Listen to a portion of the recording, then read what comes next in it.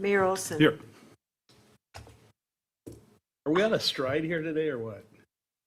Alderman Holfer. Here. Alderman Mayor. Here. Alderwoman Wilhelm. Here. Alderwoman Hanneman. Here. Alderman Barber. Here. Alderman Nelson. We have a quorum. Please rise, join the Pledge of Allegiance. Could you remove your caps, please? Thank you. I pledge allegiance to the flag of the United States of America and to the republic for which it stands, one nation, under God, indivisible, with liberty and justice for all. Thank you. Before we get started, first thing I want to welcome our new Alderman Ed Holfer to the dais. Congratulations, and we look forward to working with you and arguing. No, discussing. So welcome. Thank you. And I also want to recognize Robinwood Schools, who was awarded, the school as a whole was recognized as a National Blue Ribbon School, one of 9 in the state of Wisconsin. A National Blue Ribbon School. So that's a wonderful achievement. Next door to Dan Mayer's house. And it just continues to show the quality of the education that our taxpayers and I constituents. happen to be an alum too. You're aluminum? I graduated from Robin. Illuminating.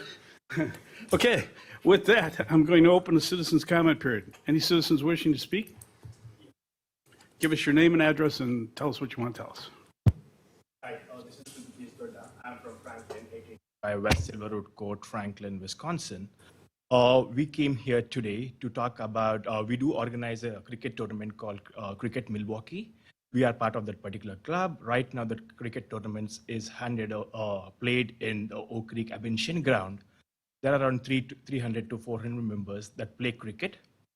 And we, a couple of weeks back, we have requested the Parks and Recreation to adjust the budget for laying out a pitch in Franklin, because there are many requests that are coming in and more teams are interested to play cricket. So that is where we requested Parks and Recreation, and they have added that budget in the 2022. So we request you to look into that and please take it forward. Excellent. I will tell you, this is the first time I've heard anybody request a cricket pitch. I don't think it's entirely out of line. I don't think it's out of line at all. But it's the first request. So if you would help us help you, Franklin residents who play cricket should let their aldermen know that. That would be a good thing.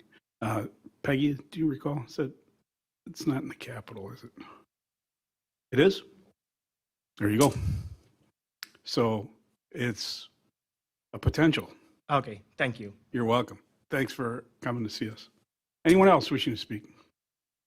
Anyone else? Seeing no one else rise, I will close the citizens' comment period. Move on to item C, approval of the regular meeting minutes of the Common Council meeting of September 7th. Any additions or corrections? Is there a motion to approve?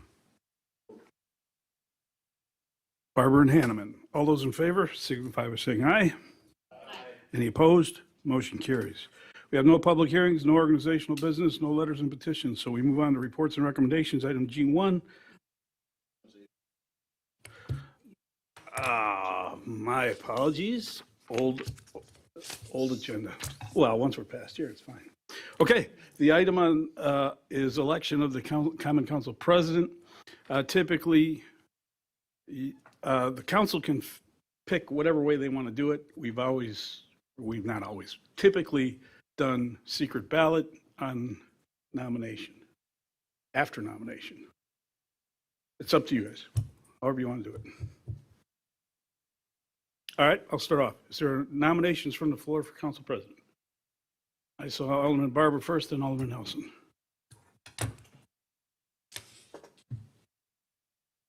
I'd like to place Sherry Hanneman's name, or Alderman Hanneman's name, in nomination for president. They don't require a second, do they? We're just going to go with no second. Alderman Nelson. I'd like to nominate Kristen Wilhelm.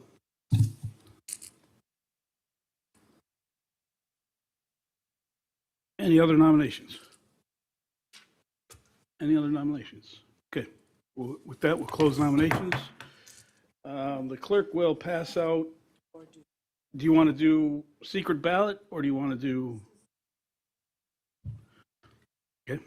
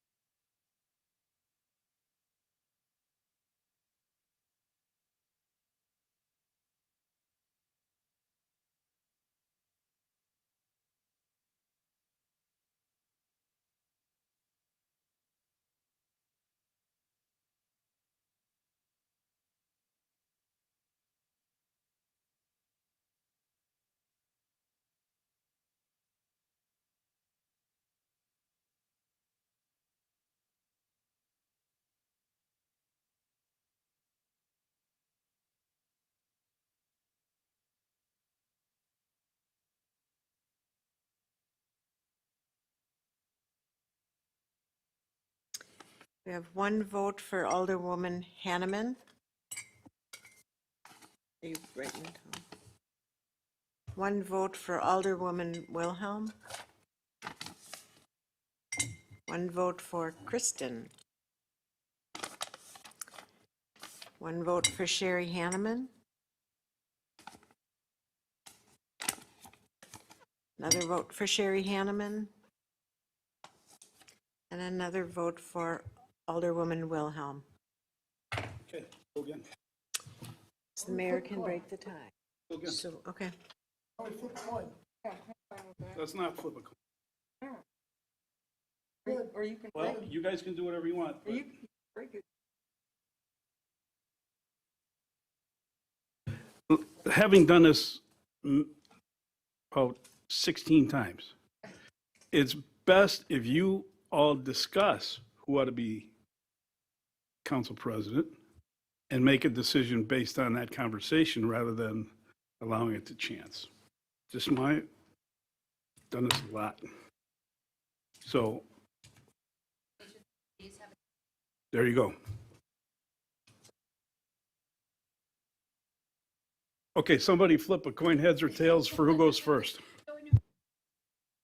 All right, Alderman Wilhelm, what, 2 minutes?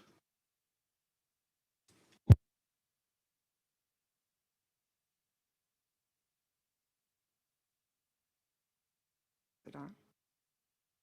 Okay.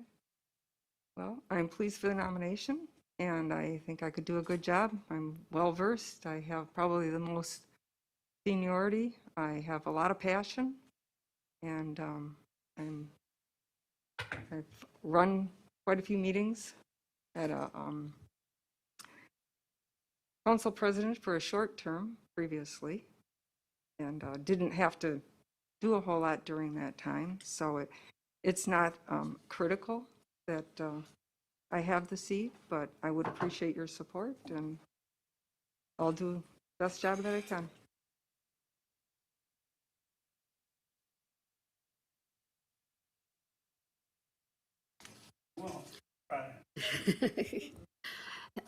Thank you, and thank you for the nomination, Alderman Barber. It'd be an honor and a privilege to serve as the council president. Over the past year and a half, I think I've become deeply immersed in the issues that are facing our city and also in working to plan for the future of the city. As a member of the Finance Committee and the Parks Commission, I've been able to contribute to the crafting of our long-range capital planning initiative, which we will be hearing more about with the introduction of the 2022 draft budget. This capital planning also includes the Parkland acquisition study, which is before us tonight for proposed adoption. I was the lead elected on this particular project, and I was able to work collaboratively with staff, consultants, and the commissions to represent the community's interests in presenting a vision and a plan for the future of our public spaces and the best use of our impact fees. I don't think anyone would argue that in the past 18 months, municipal government has not been easy. But I do believe at every turn I have conducted myself with grace and professionalism that our residents deserve and that represents our city in the very best light. I believe I have the demeanor, disposition, and discernment that the job of council president requires, and I would appreciate the vote of my colleagues on the Common Council. What?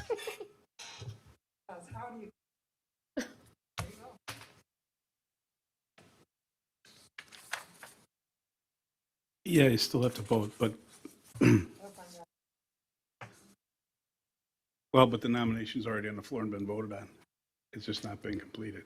I appreciate what you're doing, and thank you very much on behalf of the council.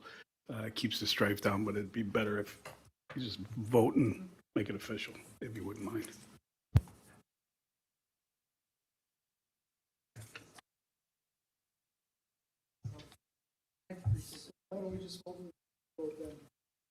All those in favor of the election of Alderwoman Hanneman to the post of council president, signify by saying aye. Aye. Any opposed? Motion carries. Congratulations, Alderman. Thank you, Alderwoman. Okay, with that, G1, resolution providing for the sale of approximately $2,070,000 in general obligation bonds. Mr. Cameron and Mr. Rotzenberg, short timer. By the way, for those of you who may not remember, our esteemed Director of Finance and Treasurer is retiring the day after Thanksgiving. So we'll all go to his house and have turkey, and then he can retire. Absolutely. What are you, blue? Thank you, Mr. Mayor. If included in the 2021 budget was a $2 million city debt offering 10-year notes to finance our capital outlay and a significant portion of our capital improvement program. Before you this evening is a draft resolution which would authorize the sale of $2,070,000 of general obligation notes to finance those purchases. With us this evening is John Cameron from Ellers and Associates. They are the city's financial advisor and would be the lead on assisting the city in the sale of these notes. John? Okay, thank you very much, Paul, and good evening, everybody. I'll walk through just a few highlights of the pre-sale report for the 2021A issue, which is in your packet. The purpose, as Paul had indicated, is for your 2021 capital improvement equipment and projects budget. The debt service for this debt will be paid from ad valorem property taxes. This is being issued as general obligation debt, which will count against the city's total general obligation limit. After the issuance of this debt, the city will be at approximately 27% of its outstanding general obligation debt limit, with a little over $178 million of remaining general obligation capacity. The notes themselves are being issued for a term of 9 years, with principal starting March 1st, 2022, running through 2030. Interest would be payable every 6 months, also beginning March 1st, 2022. We would be looking to have a prepayment ability associated with these notes, and that prepayment ability would begin anytime after March 1st, 2028. In terms of the process itself, as part of the sale for both issues here, we will be going through the rating process with Moody's. The city currently has a AA2 credit rating with Moody's. We'll be going through that rating process as part of the issuance for both the notes and the bonds. In terms of the schedule as it stands right now, what we're looking for is doing the sale on November 2nd. This would be a competitive sale where we would take bids in the morning and be before you that evening with the sale results. We would be, between now and the sale day, we would be compiling the preliminary official statement, going through the rating call, and then publishing that official statement that would be happening on or around October 25th. The closing date, meaning the date that funds would be available, right now would be on or around November 17th. And with that, I'd happy to hand it back over. What would the cost be, John, if we shorten up the prepayment time period? Had a shorter call provision. It's hard to say. I mean, depending on how far we want to shorten it. Well, I'm just thinking 2 years benefit is kind of hardly worth it. Yeah. It'd almost be worth going the other way, with interest rates being where they are, unless you think you'd have cash available or want cash available to prepay it. But it's hard to see interest rates going, too much lower than they are already, from a prepayment standpoint. But it could be 5-10 basis points that in terms of shortening it up a year or two. $2 million. Yeah. So, If I would point you to page 23 in your packet, which looks at borrowing costs in today's marketplace. And so Ellers has provided some issues. And by way of comparison, the left-hand side of that page is October of 2018, when municipal borrowing costs were in the nearly 450 basis points, 4.5%. Today's market is just over 2%. So we are less than half of the cost of borrowing that they were before. It's an opportune time, but as John and I were talking about directly before this meeting, there are a number of events that are potential in the marketplace over the next 6 to 8 weeks, that being federal government meeting its borrowing capacity, and unless Congress votes to increase that debt capacity, the ability of the federal government to refinance its own debt would become suspect, and that will impact the markets in some way. There are also some significant spending bills being proposed in Washington right now, and that may have some impact on these debt markets. But the debt markets have been very stable for at least a year. If they continue that way, we can expect to be borrowing this funds at a very favorable rate. okay, so I'll withdraw my question. Then I want to add another question. Will our credit rating be better than the U.S. government's here pretty soon? At AA2, oh, wait a minute. I'm teasing. We are actually even with them right now. Questions from the council for staff? Okay. Let me see if there's legalese. Is there legalese here? The motion is to adopt resolution 2021, whatever it's going to be, a resolution providing for the sale of approximately 2,070,000 GO bonds, Series 2021A. All those in favor of that motion signify by saying aye. Aye. Any opposed? Motion carries. G2, the initial resolution, and for 3,075,000 and 3,635,000 and 6,710,000 and the publication of the notice. Mr. Ratzenberg. So before you is a series of resolutions. There are really two borrowings here. One is a bond for $3,075,000. This bond would finance the construction of the lift station in the industrial park. You might recall at your last meeting, there was a consideration of a contract to award construction, and that was adopted by this body pending the sale of the issuance of these bonds. So the first motion before you is to authorize the sale of $3,075,000 worth of bonds, and a bond is a 20-year note as opposed to the previous resolution you adopted, which was a 10-year note. And then the second resolution is to authorize some taxable general obligation bonds in the amount not to exceed $3.6 million, $3,635,000.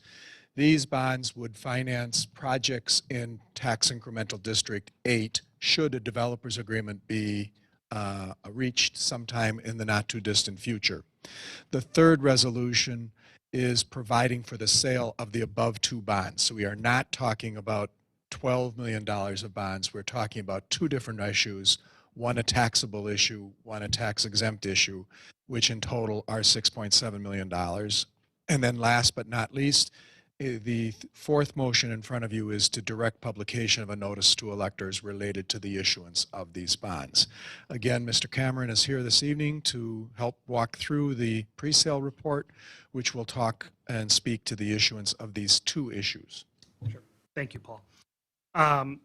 The items that I'll add in addition to what Paul has already talked about in terms of the purpose of the project or projects to be financed is this is general obligation debt, as was the notes. When you have both the notes and the bonds in total, the total amount of outstanding debt would now be at 30% of the city's debt limit, with just under $172 million of remaining capacity. The term, as Paul had indicated, is a 20-year term on the bonds, with principal starting March 1st, 2022, running through 2041. Interest would be payable every 6 months, starting March 1st, 2022. There would be a prepayment ability March 1st, 2030, or any date thereafter. And this would follow the same time period as the notes in terms of the schedule that we walked through with the A issue. It would be competitive sale, could be simultaneously, or they could be roughly a half hour apart that morning. With that, I'm happy to turn it back over and answer Questions from the commission? Commissioner, questions from the council? As was mentioned earlier, we're going to have to do another presentation to Moody's, and I invite all of you to be in the room when we do that. It's an informative conversation, not unlike watching paint dry, but there's a lot of good information that gets disseminated and a lot of good conversation. So when we do that, I will make sure that you all get invited to join us. That Moody's calls us and says, this date or this date. Any questions? All right, we got to do these one at a time.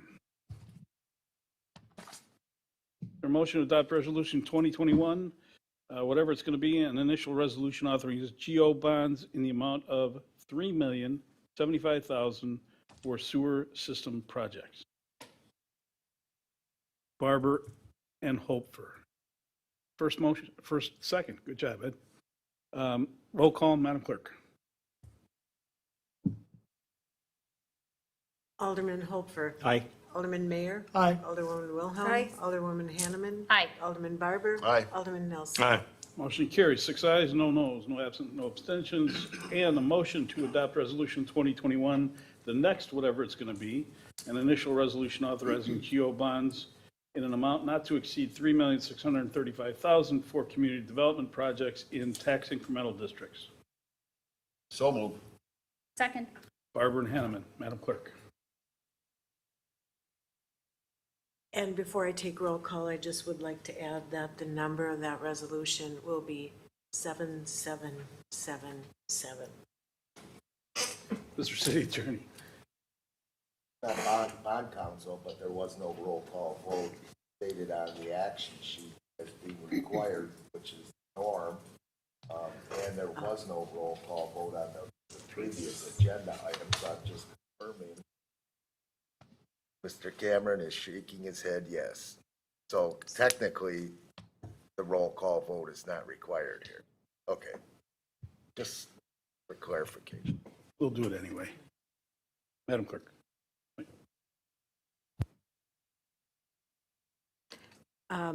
And that is correct. It's just following each, I thought we were going to do one motion.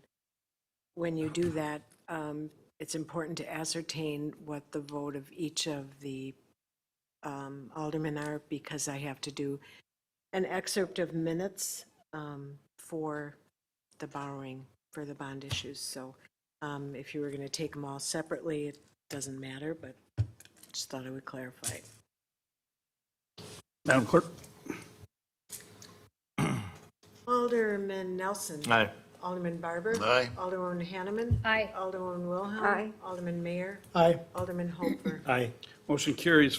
6 ayes, no noes, no absent, no abstentions. And motion to adopt resolution 2021, what we think is going to be 7778, a resolution providing for the sale of not to exceed $6,710,000 in general obligation corporate purchase, corporate purpose bond series 2021B. So moved. Second. Barber and Hanneman again. Madam Clerk. Alderman Hopfer. Aye. Alderman Mayor. Aye. Alderwoman Wilhelm. Aye. Alderwoman Hanneman. Aye. Alderman Barber. Aye. Alderman Nelson. Aye. Motion carries 6 ayes, no noes, no absent, no abstentions. A motion to direct staff to publish the notice to electors relating to the bond issues. So move. Second. Mayor and Barber. All those in favor? Let's try it again. All those in favor? Aye. Any opposed? Motion carries. Thank you. Thanks, John. Thank you. G3 is to engage Ellers as the dissemination agent agreement for the issuer continuing disclosure services for 2022 required under Securities and Exchange Commission. So, Mr. Mayor, in connection with the issuance of any debt that the city has done and all previous debt, the city has entertained agreements with the note holders to provide certain financial information on an annual basis. We have engaged Ellers to be our disclosure counsel and or disclosure agent relative to that information. And that agreement is an annually renewable agreement, automatically renews, but we can provide Ellers notice within 60 days of the termination date that we choose not to. Staff is recommending that we allow that agreement to automatically renew. No action is necessary, but this gives you the opportunity to inform staff that you would like to make a change.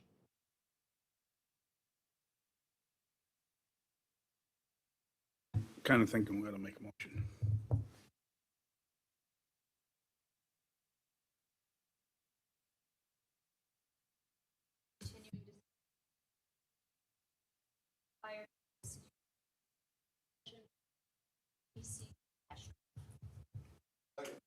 All those in favor? Aye. Any opposed? Motion carries.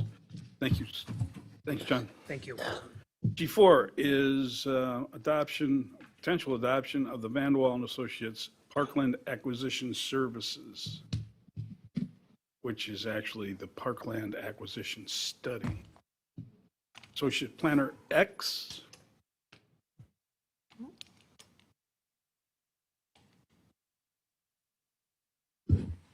Thank you, Mayor. Can everyone hear me okay?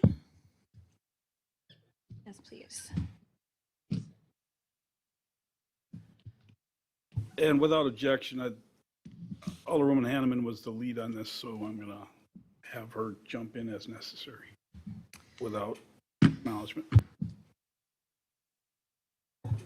Alderwoman Wilhelm. I had a couple of questions as well, so I'm hoping Well, of to have course. opportunity. Thank you. Okay. Thank you for your attention, Council, and thank you to Alderwoman Hanneman as my colleague on this project. This is a study which was conducted with the assistance of Vanderwald and Associates, a planning firm that was originally contracted to help the city purchase parkland under the original scope of this contract. They did execute a purchase last year of parkland on Lovers Lane, which will become a future park and also have water towers in it. The expanded scope of the contract was with the intent of determining the best future use of impact fees over the longer term. And so on November 17th of last year, the council authorized that expanded scope. It included input sessions with Parks Commission, Plan Commission, and with you, the Common Council, which you may recall they joined you and reviewed the draft contents of the study and a set of scenarios for your consideration. So the request this evening is the adoption of the study and a recommendation on one or several of those proposed scenarios for the future use of impact fees. So I have a little bit of a presentation to lay out the context of the input that was received by Vanderwald that informs the recommendations and the proposed scenarios within the study, as well as so the recommended scenarios themselves. So just to begin, their discussion with the different bodies included all of the park types that are possible under the scope of the Comprehensive Outdoor Recreation Plan, From that discussion, 4 types of parks emerged as being preferred, which are highlighted here. Community level parks of a large scale, 25 to 99 acres, and having a large service area, meaning that they would be for the whole community essentially. Neighborhood parks of approximately 5 to 25 acres with a smaller service area, although the whole community uses different parks depending on the amenities within them. These are definitions which are within the Corp. So I just want to note that they're directly related to the size and general service area of a park. Trails emerged as something being very much desired by the community. And as you know, there are several trail projects currently underway or being evaluated right now. And then also special parks. There are a number of types of parks with special purposes and facilities within them that emerged as being something that might be desired, and we have some resources that might help us to build some of those parks. So the input that the Parks Commission adopted a motion recommending initially at the outset of a large park in the southwest corner, a regional multi-community park, bearing in mind that there are somewhat limited options for future neighborhood parks. So in terms of where those could be sited and what neighborhoods they would serve, some parts of the city are fairly well developed. So if we were to purchase a park, the goal would be to serve parts of the city that are being built out. The Corp proposes 5 new mini parks of 1 acre. And then of those parks that are contemplated in the Corp, only the Lover's Lane purchase, the Water Tower Park, as we've been referring to it, has been made. So in the 10-year timeline of the Corp, we have only started to move forward on 1 park. So I want to give some context in terms of the geography of the city, which I'm sure you all know well, but this map is important because it shows the existing facilities, including the new Water Tower Park. So let's see if I can make the mouse work, which is here. And you can see that in terms of service area, this part of the city is well served by City of Franklin parks. And then you have significant park land, but these areas are mainly natural resources. So thank you, Mayor. The Root River Parkway corridor, especially south of Ryan Road, this is not actively programmed parkland, it's natural resources. And then we have the Franklin Savannah as well. So while it looks like there's a lot of parks serving the community, the fact is that this part of the city is well served while other parts of the community are less well served. And the purpose of impact fees is for those new residents entering a community to help pay for the future growth of the park system and for the services that they will be using. So the idea here is that the question is, where would we place those parks? This is the future land use map. So the original image that we were looking at, which included the trails and park service area, overlaid on the comprehensive master plan's future land use map. So here we're looking at what the comp plan, as we planners refer to it, thinks will be some of the likely future land use. And as you see, there is an expectation that the yellow areas in the southwest portion of the city and along 116th Street, et cetera, will have residential growth in future. So the idea is that currently these are only served by the Franklin Savannah. I'll note that this green area here, the Corp does describe a large park in this portion of the city, either directly adjacent to the Franklin Savannah, which is right next to that. And then below there are lands which will be available to the city of Franklin from Waste Management. Those are available to the city of Franklin. They are under a conservation easement, but they're in the Corp as a special park, a conservancy. So a reiteration of this, and this map makes clear the location of trail facilities. And so trail facilities are one use of impact fees where we could use a large percentage. A key piece of information here is that you cannot use impact fees to pay for the full cost of a project. So each type of park has a different percentage, and then trails have their own percentage, which is 62% of the project cost can be paid for with impact fees. So here you see some of the existing trails and future trails projects, which I know have been discussed at length by the council, But the 116th Street Trail on the western edge of the city is, that project is underway. The Ryan Creek Trail, which is envisioned to generally go along the course of the Ryan Creek watershed and connect to a future Oak Leaf Trail expansion. That is also currently being evaluated with the assistance of GRAFE. And then there are a number of other trails projects, both large and small. But one of the excellent features about this is that with 116th Street Trail and the Ryan Creek Trail connection to the Oak Leaf Trail, we in Franklin have a fairly unique opportunity to create a local looped trail using the Oak Leaf Trail, Ryan Creek Trail, 116th and back. So that's kind of a neat opportunity that was attractive to some of the reviewers of this project. Alderman Nelson? Sorry.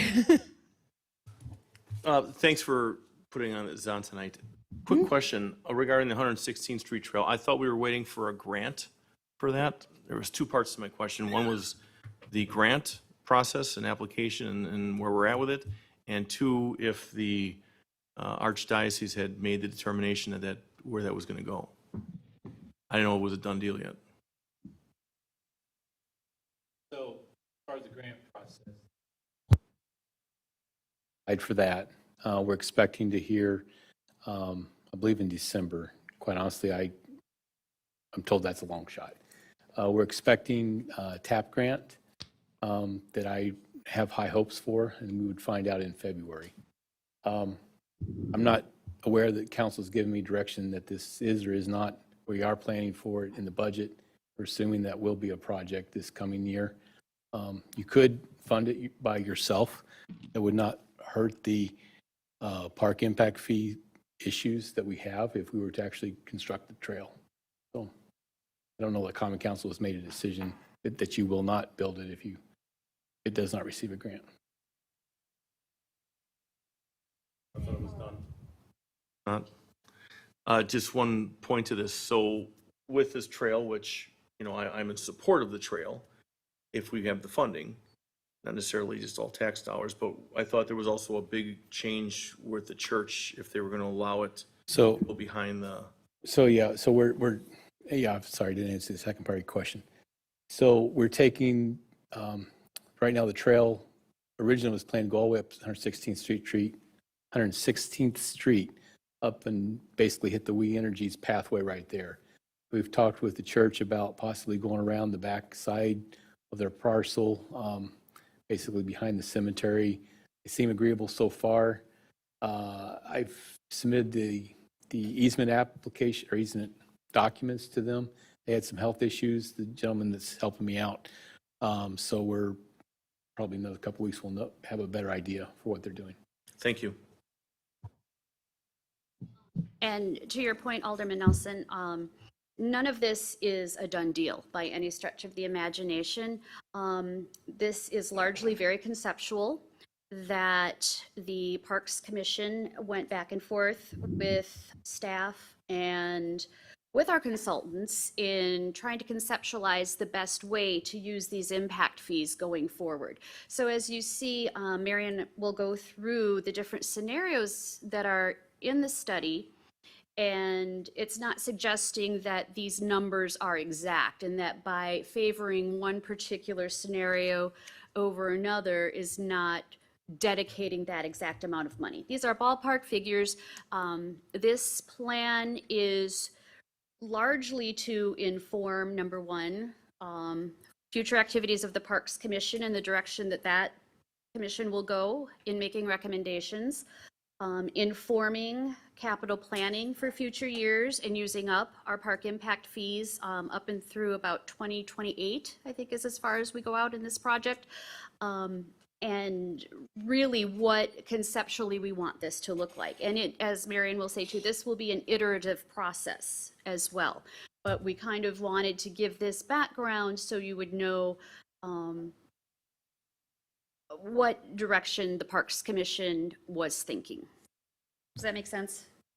These are ideas that they would like and think would be a great use for our impact fee money.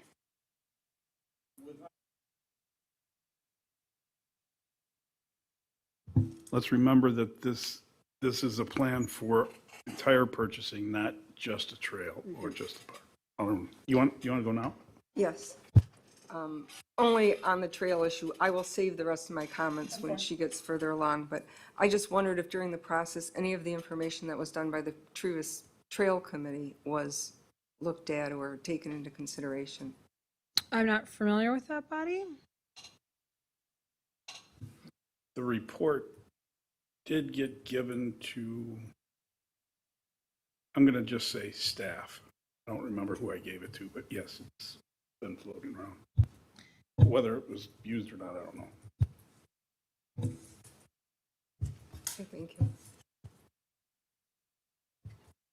Okay, unfortunately, I'm not familiar with that report, and so it would not have been incorporated directly into this, but I think it would be appropriate, especially depending on the scenarios that are recommended, to use it to determine the location or future extent of trails. So right now, this is very general, so the Parks Commission is very aware of the proposed trails along 116th Street and the Ryan Creek Trail discussion that's occurring.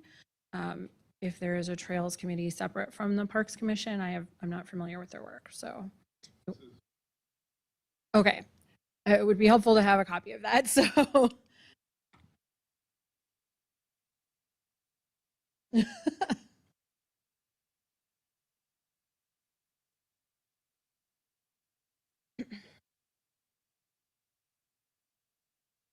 Some of that work incorporated into the Safe Routes to School program. Okay. But the Trails Committee had spent quite a bit of time trying to link all the different areas, so.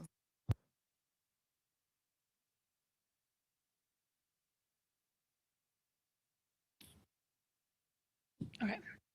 So just conceptually, this is the trail map that is in the comprehensive outdoor recreation plan. And this is the tool that is used to determine the amount of lineal feet of trail that the city should be constructing. With proposed locations, however, this map is not part of the city's official map, and therefore the locations are potentially subject to change.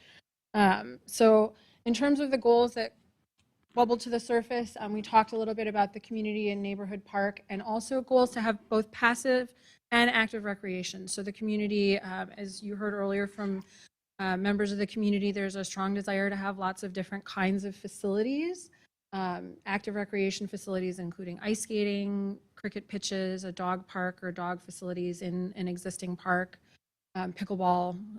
You're all very familiar with these desires. But then the community is also very proud of the natural features of the city. And so ways to enjoy and use those while protecting them is also something that was desirable. And that gets back to the idea of connecting parks and open spaces with trails. So some of the target recommendations was a larger park, 20 acres or more. The southwest quadrant of the city is desirable partly because of the future growth and partly because of the availability of land. And adjacent to the Franklin Savannah, as we all know, that's a very valuable resource in the community, and creating a little bit more access to it while simultaneously buffering it was considered desirable. I mentioned the waste management conservation easement lands, and the commission, Parks Commission and Plan Commission both thought it would be worthwhile to determine how best to use that space effectively. There's lots of ideas about how to do that, but it certainly was much discussed. The Ryan Creek Trail, and then other general trail connection opportunities. So in addition to having larger trails that the city itself constructs, subdivisions and other parts of the community might want to consider connecting to that larger network. So that's And something. you're missing one. Say again? You're missing one, even though it's not in the report. The Central Park. Right, and so that this report that is before you, that discussion occurred after the drafting of the report. So it is an important discussion, but it's not currently reflected. So Anybody not remember what that is? Don't want to spend a lot of time on swap. Potential agreement with the city of Milwaukee on the tree nursery.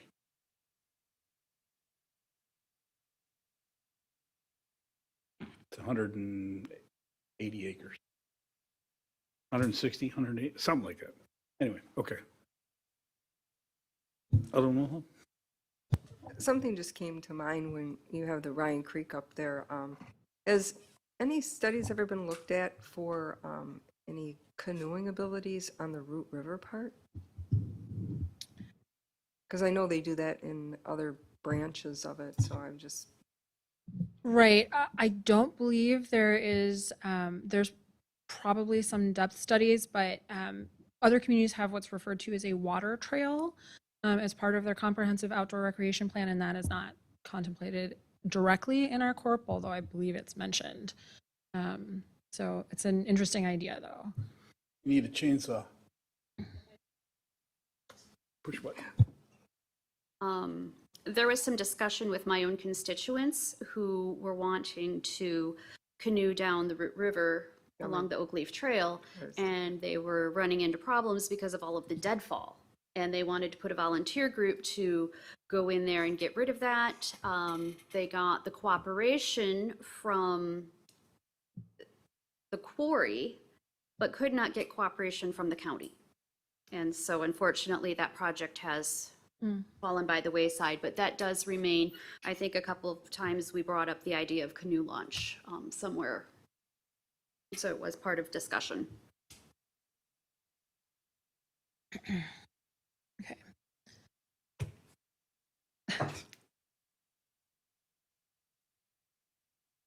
So just a reminder, this is a study for the use of impact fees. And so impact fees are assessed against residential development to allow those new residents to help pay for their future uses in the city. And that is incorporated with the corp. So it's just for park impact fees in this case. There is the Rukert-Milke study for all impact fees, which are assessed for things like libraries and public safety. But we're focusing on park impact fees here. And it's important to note, as Alderwoman Hanneman previously alluded to, that this will be iterative. So a recommendation that you make today is not going to preclude the future development of other park facilities. It's asking for direction for the longer term use of impact fees to implement the recommendations of the comprehensive outdoor recreation plan. And so this kind of fits together. I commend the city administrator for trying to do a great many things at once. She was very helpful in the development of this study. The 2022 budget and the capital recommendations, the Parks Commission put forward a set of recommendations, some of which came out of this discussion. And so those were put forward as their recommendations in the budget, which would also fit into the larger capital planning process. And this parkland acquisition study is intended to look farther into the future to help set goals and determine what kinds of matches will be necessary and how you propose to budget for them, as well as starting to think through making this iterative process so that you're always in an implementation step for the corp and that it does not languish. So with that, that brings us to a general picture of the funds expiring by year. And so, as I said a moment ago, most of the work to spend down the existing pot, there is a pot of park impact fees that will expire on December 31st of 2022. Because of that pot of impact fees and the planning that's gone into that, 2023, also those fees have been accounted for essentially. So this is looking forward using as for this thought exercise, the funds from 2024 to 2028, which is about $2.35 million available for park impact fees. How those get allocated will vary depending on the type of facility that you recommend. But this was for the working numbers for this study, the amount of money that they are working with. So about $2.3 million, that is enough money to make a significant investment in parks in the city. But that does also create a balancing act that you, the Common Council, are considering now and will have to consider over and over again. You're well aware of your obligations, but to match those funds. And so the thought exercise here is acknowledging the needs and desires of the community. Parks Commission has made a recommendation based on their purview. As the Parks Commission, they hear firsthand the desires of the community for park facilities. Plan Commission likewise makes a recommendation based on their experience in terms of land use decisions. And you, the Common Council, have your broad purview, both fiduciary and over all of those things. So, and then of course, that percentage matters a great deal. So this is to help you frame that percentage and think through what would be desirable. So I'm going to delve into the scenarios themselves now, and please do ask questions, but we'll start out with the different types of park classifications are eligible for different percentages of impact fees. So, When I do that, you can finish your sentence. oh, It's just when you get a breath. okay. Different park types are eligible for different percentages of impact fees. So, for example, if you were to You get to build finish your sentence. from whole cloth, okay. Does the council have any interest in doing any scenarios other than the three, which included the Parks Commission, any of the three that were recommended by the Plan Commission? If not, some of what Ms. X is about to tell us could be avoided. So anybody interested in any of the other scenarios? Okay. Push button. I guess one of the things, and I was waiting to get to this point, you have 36% eligible for community parks, and on page, let's see.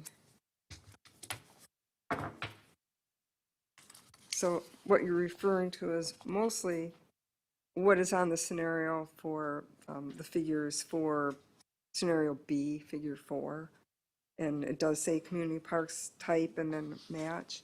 But then when you go to the impact fee study on page 29, Appendix E, the Rupert Milky Impact Fee Study says that regional community parks are not eligible for park impact fees.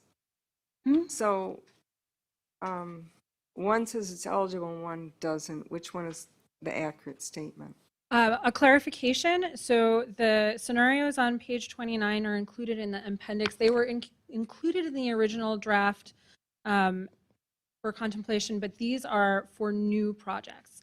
So the study before you this evening focuses on projects that are currently contemplated in the Corp sort of generally, whereas the Rupert Milky study also considers what would you do if you were to add something to the Corp or do something new. And so those, the consultants did produce those scenarios, and we thought it was valuable to make sure that that you understood that there's something you could do in future. But that is for a different scenario. Okay, so did I get this correct where you're saying that Rupert Milky is saying right now they're not eligible, but in the future there could be 36% eligible? Is that, or did I reverse it?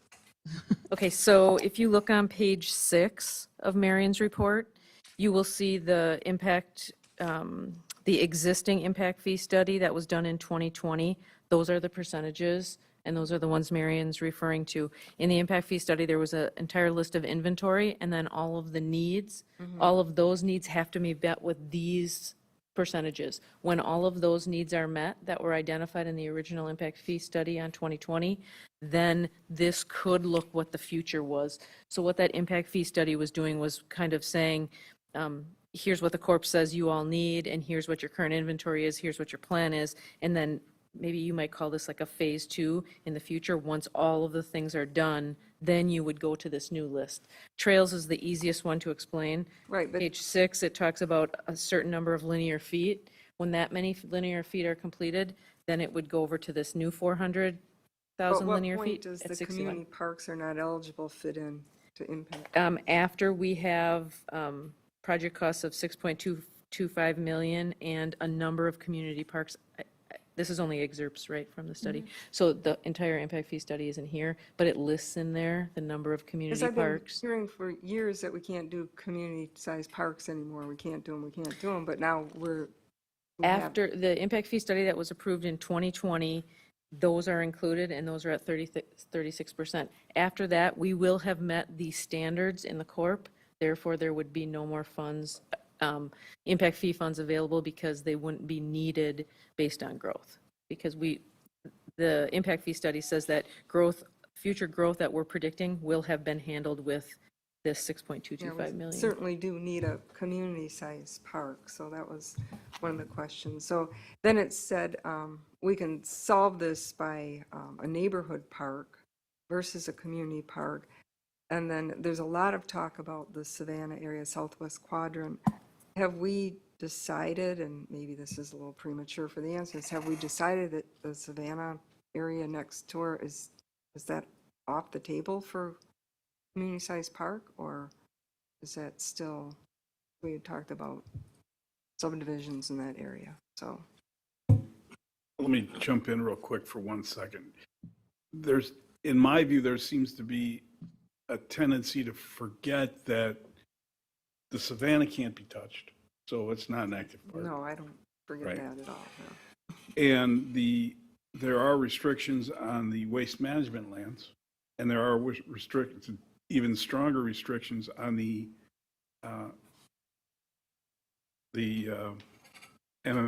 MMSD lands. Boy, oh boy, getting old is tough.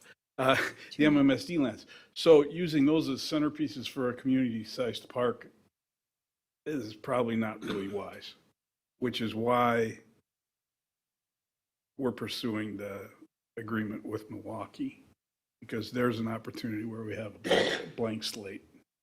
Okay, so I guess to answer my question, we're kind of scratching off the Savannah area. No, absolutely not. No. For a community park that's going to be active, we don't want to have a big community park that's not active. Right, I'm talking, there's surrounding lands that were identified in the corp are now slated for a possible subdivision. We had a concept review that came before. So what I'm saying is I think we're giving up on that. That's because you can't have both. You can't have a large community park in the same area with the subdivision. Or is there plans to do that? Well, first of all, no action's been taken on those subdivisions, but having said that, if you can't use the land central to the activity as an active park, why would you buy land next to it for an active park that you got to say, no, you can't go over there? That's my thinking in it. It doesn't make sense Well, to it's use not it. that you can't go there. I've walked it lots of times. Yeah, you can Go walk there. Yeah, right. Well, Oh. that's, But you I can't mean- do a cricket pitch. no, but you could on the land next to it. Right. You got to look, that's true. But I won't concede that if you look at the potential park layouts, you wouldn't go to that park. You got a cricket pitch over there and a baseball diamond over there. You might, I would. In fact. But you I can have. go there now and perform and do what you want to do. Well, there's really no good access to it. You got to walk through a field. Regardless, but, you could go there now and do what you want to do. Somebody that wanted to go and play baseball couldn't. Right, so So what, that's what I'm saying. It's typically what you do is. the purpose of the park. Like right? Kayla's Park has the active place, and then right next to it is the natural area, and they coincide together. And I was envisioning that was sort of the idea behind this. There would be an active area around the outside of it. That's what the corp has always said. And then the Savannah would just be an addition to that. But it sounds like, and I'm fine with whatever direction we take. I'm just trying to, if I'm going to vote on an option, it's nice to know if we're not focusing on that, we're trying to get something more centered into the city, which makes sense as well. But it's, there's so much discussion about the area in the Southwest and the lack of what's in the Southwest to do that. So I'm just, it's hard to know which direction to go if we're not focusing on the Southwest anymore. But what is the amount of, that has been accounted for this year? We don't have to talk about any fees until 2023. So what is the amount that's accounted for, and which projects are we allocated to already? So we have approximately $1.2 million that has to be spent, actually sometime in '23, but because it expires by month, we backed all the '23 spending that's required to 2022. And that's going to be. So right? it'll be in the CIP that you'll see, and you'll see all the projects that have impact fees related, you will see them. I will tell you the earlier question about the 116th Street Trail, that is in the plan, whether the grants arrive or not, but we also placed an extra project in there just so that we can make sure that those fees get their due spend. And that's where maybe finishing Pleasant View Park will come in. It will sure help. It's from 2015. If I may sort of gently circle us back around, and as a reminder that this study is not geared towards identifying individual parcels. That will be the next step. For the purposes of Plan Commission, this was conceptually what types of parks. I mean, sure, we batted around a lot of different locations here and there and brainstormed and this and that, but the intent here is not to identify particular parcels to go after. That's down the road a little ways yet, so. That was, we started it. Right. And the fact that land's selling off of money is exactly a long time ago. Now we have started. Well, I think the hope Okay, is that all we right. could get this, One at a time. come to an agreement and adopted so that we can start moving forward in that direction. And until we start moving forward, we're not moving forward. So I'm going to make the executive decision. We're just talking about the Plan Commission recommendation, which incorporates parks. Or the Parks Commission. Scenarios in order of priority, E, F, A, and B. So it's community parks in the Southwest, trails is E, that plus a neighborhood park. No. Marion, this is your job. Yeah, so scenario E was the most preferred scenario by both the Plan Commission. They adopted a recommendation of E as most preferred, F second, and then A and B as jointly the third most preferred. This scenario is for a 60-acre community park, so a large park, and includes land acquisition for trails and the improvement of those trails. So some of the scenarios include improvements, amenities within the park. This is more of a land bank, the community park, build the trails scenario. So it is framed around the concept of a previously planned community park in the southwest quadrant, and then trails. So this covers all of the impact fees which would expire through 2028. So as has been noted, impact fees, their use is limited by time for an 8-year period. And so it includes conceiving of using all of those fees through 2028 with a little bit of the negative numbers because it would impinge on future collections of impact fees. So this was the most preferred scenario by Plan Commission. Parks Commission also recommended this as their most preferred option, and then had scenario F as their second most preferred option. So there was a degree of consensus, although I don't believe they discussed it. So does the council have questions about this scenario, comments or feedback? This does not include a geographic recommendation apart from generally the southwest quadrant. So that's it? That's it for this scenario. For scenario F is a neighborhood park.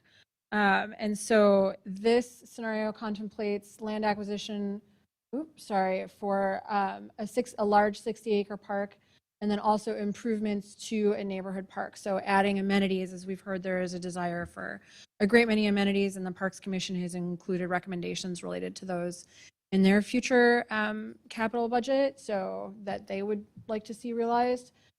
So this would be that land banking scenario, a previously planned park, and then facilities in existing parks. It has been noted that there's limited space in the existing parks, but this also would rely on fees through 2028 with a larger future demand on those fees. So, and the rates are there, so it's worth noting, I should just go back to scenario E, that a community park is eligible for 36% impact fees and then requires a 64% match. In this exercise, that would be $864,000 for land acquisition for a community park, and then $1,860,000 for land acquisition and improvements for trails, and then the related match. So this is about half impact fees, half the general fund, versus in scenario F, there is a lesser demand of $2 million on the general fund. And the number here is 40 grand an acre. Correct. So throughout all of these Assumed, scenarios, 40 grand an acre is the assumed land value, which could vary pretty widely, but we had to use a number.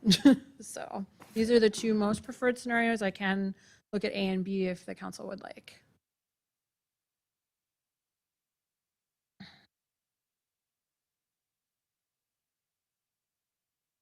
Alderman Will.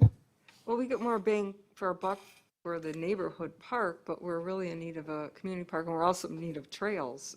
So it's kind of a tough call between E and F. Maybe it would be a large neighborhood park. Can you expand the size of a neighborhood park? How big can you get a neighborhood park to be and still be qualified for the 80%? How many acres? What's the max? 25, is it? Mhm. And then, because I was thinking, max out the neighborhood park size and then do trails, and we'd be able to cover more, but that's. Is that correct, Ms.? Well, I just have a question. I got a little detracted by this scenario F, because the 80% is only once all of the neighborhood parks in the existing plan have been done, and I don't know that that's the case. So I am not sure that this one is viable at those rates, because the previously planned parks, there were 4 neighborhood ones, and you all know the community better than I do, but there was a Forest Hill neighborhood park, a Pleasant View neighborhood park, a Christine Rathke development, and a Hillcrest neighborhood park. So Hillcrest is not done, and Forest Hill Neighborhood Park is not. So until those parks are course, done, Oklahoma, or and a there's replacement Pleasant for View. those, yeah, so until those 4 are done, or a replacement for those, it would not go to the 80%. So I'm not sure that that's a viable option at this point. F. And you'll recall that I've been jumping up and down about the Hillcrest, if we can get something out of the school board, and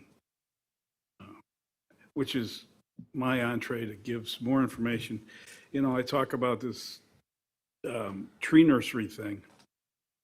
Normally, I wouldn't give you a nickel for a discussion with another governmental entity about doing any deal.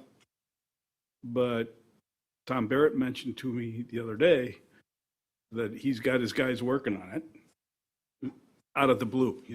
I didn't ask you about it. And city engineers had conversations with his counterpart who's responsible for it, and they're putting some effort towards a study on whether they should have it at all or not. So that's moving forward. Is it tomorrow? Heck, no. But it's a lot farther along than I would have expected. So I'm encouraged by that, which allows me to be a little bit more pessimistic about Southwest for a big park. A big park, but not a big park. Also, would entertain conversations with, or actually, Mrs. Stino has, the school district regarding the Hillcrest neighborhood over by Stonewood. It's been in the court for 1 million years. Never could find someone willing to sell land at a reasonable price. Now the school district has I want to say middle school site that they no longer need. So they've got to go through their procedures, but you know, that's a possibility now, which is a neighborhood park in the court, ready to go. So we're working a whole bunch of different angles. We just need your direction relative to this package. So Generally speaking, the two most preferred scenarios are a park acquisition and then either the construction of trails or the improvements of existing parks in addition to the improvements that are already being proposed in the immediate budget cycle. So those are the two most preferred scenarios by other bodies. I wonder what the preferences of the council are. So the reality is E is the best at this, it meets our requirements the best, right? Mhm. Okay.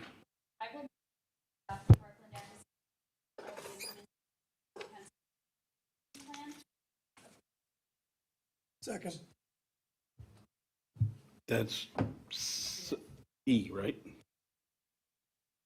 Good. All those in favor of that motion signify by saying aye. Aye. Any opposed?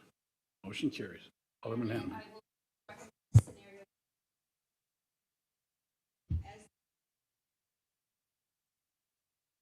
Second. And we got none of that on tape. Anyway. Okay, that was for scenario E. E. All those in favor of that motion signify by saying aye. Aye. Any opposed? Motion carries. Thank you, Ms. Eck. Well done. Thank you, Marion. Okay. Time to rock and roll.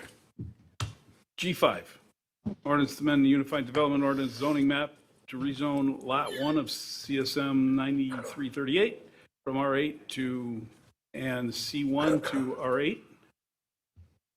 Stephen Mills, applicant. Alderman Nelson. Second. All those in favor? Aye. Any opposed? Motion carries. G6, motion to allow the Director of Health and Human Services to accept 2021 Division of Public Health Consolidated Contracts with funding. Second. Mayor, you've been doing them all night. Did you second that? Hanneman. Oh, I'm sorry. Motion by Alderman Barber, second by Alderman Mayor. All those in favor? Aye. Any opposed? Motion carries. G7, a resolution to sign intergovernmental cooperation agreement with the Village of Raymond to define finally maintenance responsibilities for South County Line Road. Mr. City Attorney, there is a new agreement at your place with some wording changes. Alderman Nelson?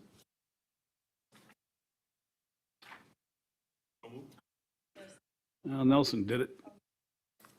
And Hanneman did it. So Nelson and Hanneman. All those in favor signify by saying aye. Aye. Any opposed? Motion carries. G8 is a request for the Common Council to approve revised Milwaukee County Equipment Sharing Agreement for the Fire Department. And the mayor urges and the fire chief urges. All those in favor? Aye. Any opposed? Motion carries. Good job, chief.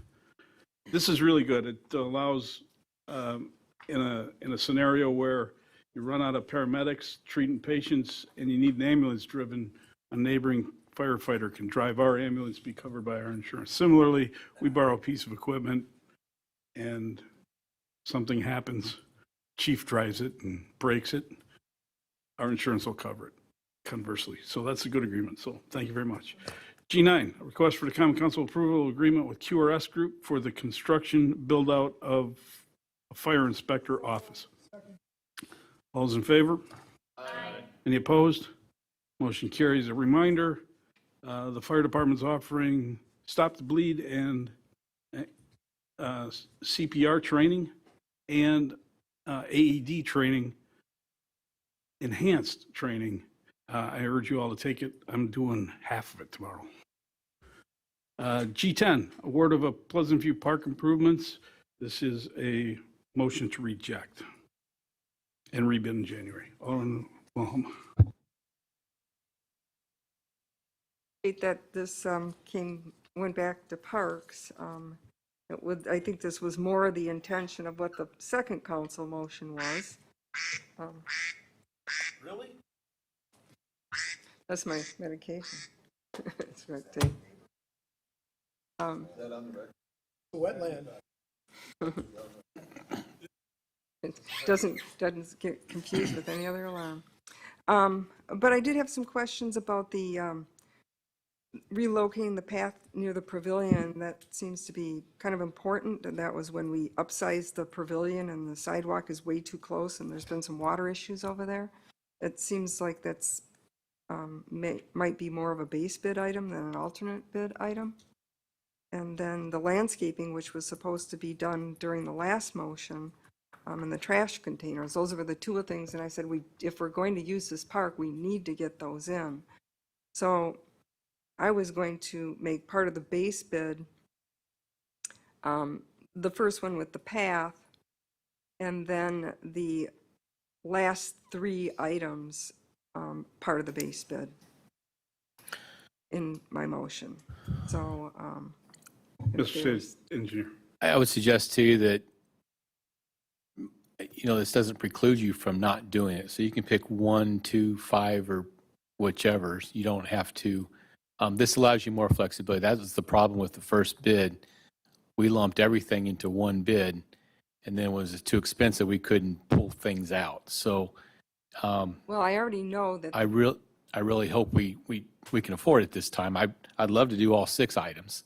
Right. But if the bids come in high again, and if we have to look at things, maybe we decide to pull the landscaping out or some of those kinds of things. Well, we already know that the pickleball courts is what's put it over both times. So if we stick with the base bid with the path, and which would also be a good time to relocate the path near the pavilion, those really make sense to do them together because it's the same type of equipment, same thing going on. And if you're going to rent it out, you're going to need more than just the one, recycle or one garbage can that's sitting out there. So that's pretty important. I can forego the landscaping as alternative, So- but But I would suggest too that, granted, I'm trying to take things off my DPW's plate right now, but that is something they did say that we could do. They could do that with their staff. So the trash could, so container. then we don't need it in here at all? If you're, no, I would much prefer a contractor do it. But if push came to shove and we're trying to find ways to fund it, that is worthy of a consideration we can have when we receive bids. If I may. Just because it says alternate, doesn't mean it's an alternate. Doesn't mean that you can pick and choose because it's an alternate. If you put it in the base bid, you can't pick and choose within the base bid. So this is really a good way to do it for what you want to accomplish. well, I wouldn't put anything. really would like to see alternate 4 part of the base bid because they just make financial sense to do the same work together, even though. And that's fine, that'll happen that way. But what happens if if relocating the path came in a stupidly high number? You wouldn't want to do it, but you'd still want to put the path in, which is why you do it as an alternate, so you can pick and choose. Well, You're getting what you want, but you're allowed to make a decision. I'll wait to see that day. All I'm But- saying is, don't put things in the base bid because it hurts you in the long run. So From the a guy only, who bid things for 43 years, anything, because it just ties your hands. yeah, that's the problem the second time around. That's correct. So But- I would urge you just to I reject still them. would like base bid, alternate 4 base bid, those 2 items for base bid. That's not going to Okay. be that much. For $300,000 budget items, we should be able to put both of those in there. It's going to be cheaper not to do it as an alternate because you're going to have the equipment out there at the same time. So No, I'll- it's all done at the same time. I'll make the motion to reject all the bids and direct staff to revise the scope of Pleasant View Park improvements per the Park Commission recommendations and rebid in January, amending the alternate 4 as part of the base bid. Is there a second? All those in favor? Aye. Any opposed? The motion carries. Let's see, what else do we got here? Let's do G12. Yes. Where's this $5,000 or $2,000 coming from? It can be absorbed within the existing budget that we have. We just can't make it a regular occurrence, and the idea is we would, Is there a motion to perform a one-time shredding event, $2,000, with Alderman Barber leading the charge on publicity? yes, motion. Is there such a motion? Alderman? I didn't look at it. Yes, please. A motion to direct staff to execute a trial. Hold on.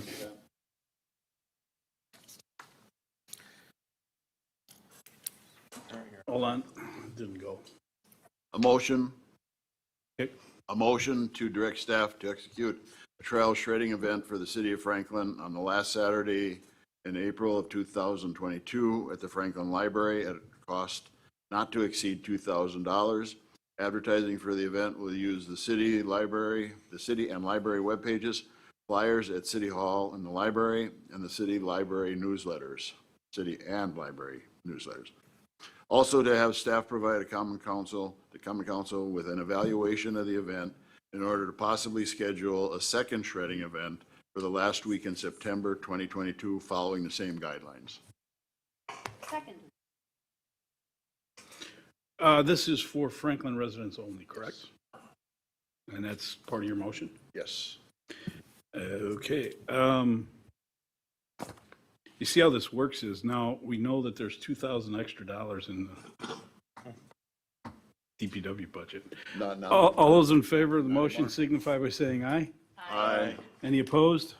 Motion carries. I'm sorry, I didn't ask for discussion. Anybody got discussion? Alderman Holfer. Hold on. You got to push your button. What are you going to look at for metrics to whether it's successful or not?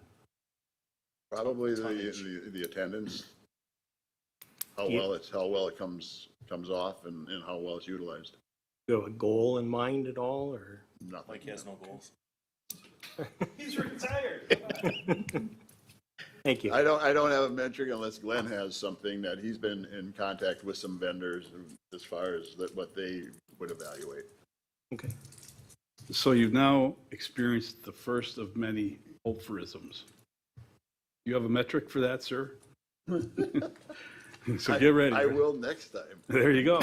See, we all learn, right? It's a great question. Appropriate. Okay. Can I use that one? Yeah, absolutely. Let's do G13, which is instructions for staff on the STP program. Nobody asked my opinion, but you got 4 options here. This is for paving Putes, preferably between 76th and St. Martin's. So, yeah, that would be the first priority. I did have a couple questions from residents, exactly what this entailed. If I could summarize it, we're trying to make all of Putes look like the middle section from 42nd to 76th Street. So we have some options. Probably most proud of the fact that before Mr. Rotzenberg retires, I have a fiscal note that references the lottery. So Say it again. I missed it. That was a before Mr. Rotzenberg retires, the fiscal note references the lottery. So Do you have a preferred option? You got to go. Alderman Holfer, he is. it is a long shot to get this grant. It's not impossible. We ranked very, very far back last time it was looked at. There are some things we could do to make the project more appealing and score higher. Unfortunately, probably the biggest detriment is the fact we don't have a lot of existing traffic. So it's trying to compete with roads across the metro area that have much more traffic. We could add some more points by, I mentioned in there, making the bicycle and pedestrian friendly. That would help tremendously, or help some. But for the most part, the deficiencies, when you look at the rankings, they really are a product of the fact that there's not a lot of traffic on Putes. So we could try it again. It's about $3,000 effort to do that. It won't be as much effort as it was last time because they did most of the work last time. They just have to update the cost and fill out the new forms for us. But it's not a lot of money, but it is $3,000 we probably won't be successful on. But it would save the city a tremendous amount of money if we were to get an 80% grant. Alderman Holfer, if you don't mind, let me work on this one with you. This resurfacing and reconstruction has been going on for 25 years. Used to be STP grants were a pot of money that was dedicated to each city, and you earned it based on how much you spent over prior 2 or 3 years, whatever. And it was actually a pretty equitable program because you could budget for your expenditure. Well, we chose not to spend it on this particular section of road once because we used it on 76th Street, which is my favorite project. $800,000 for a sidewalk. It was wonderful. But anyway, so now they changed the program where it's, you got to compete with everybody else in the county, right? So, so what do we do for major expenditure road programs anymore? We don't have any pot to pull from, but anyway. So I would recommend that the council move forward on this. The idea of making it bicycle and pedestrian friendly is troublesome on this particular stretch of road based on several 100-year-old oaks that are right up against the street. Any path would have to be meandering and go into people's front yards. Perhaps the alderman would like to have a meeting with the affected neighbors and talk about it before you do this. We do have to make a decision quick. October 15 is when the deadline is. The consultant needs at least a few weeks to work on this. Your recommended motion is what, B? I don't have a recommended motion. And I didn't read these carefully. Alderman? They can be concurrent, I would suppose. All right, I didn't read them carefully, so I don't have them out. Alderman Wilhelm. Not my area, but what's the street number approximately where those big oaks are? Well, it's stretch. I'm just wondering if you couldn't just cut that off and start, okay. I know it's going to be an issue for him, so good luck with that. Well, I'll tell you what you're going to hear. Everybody in the subdivisions on either side, in the subdivisions off the road, let's put sidewalks in. Everybody along the road, no way. So, but they're all good people and they all have good hearts. So if I could paraphrase, option A is basically resubmit just like we did last time. Is same cross section. Option B is try to gather a few more points and try to make it more bicycle pedestrian friendly. Maybe we take the road, we offset it and put a pathway on one side or something like that. And then option C is let's just pass this time.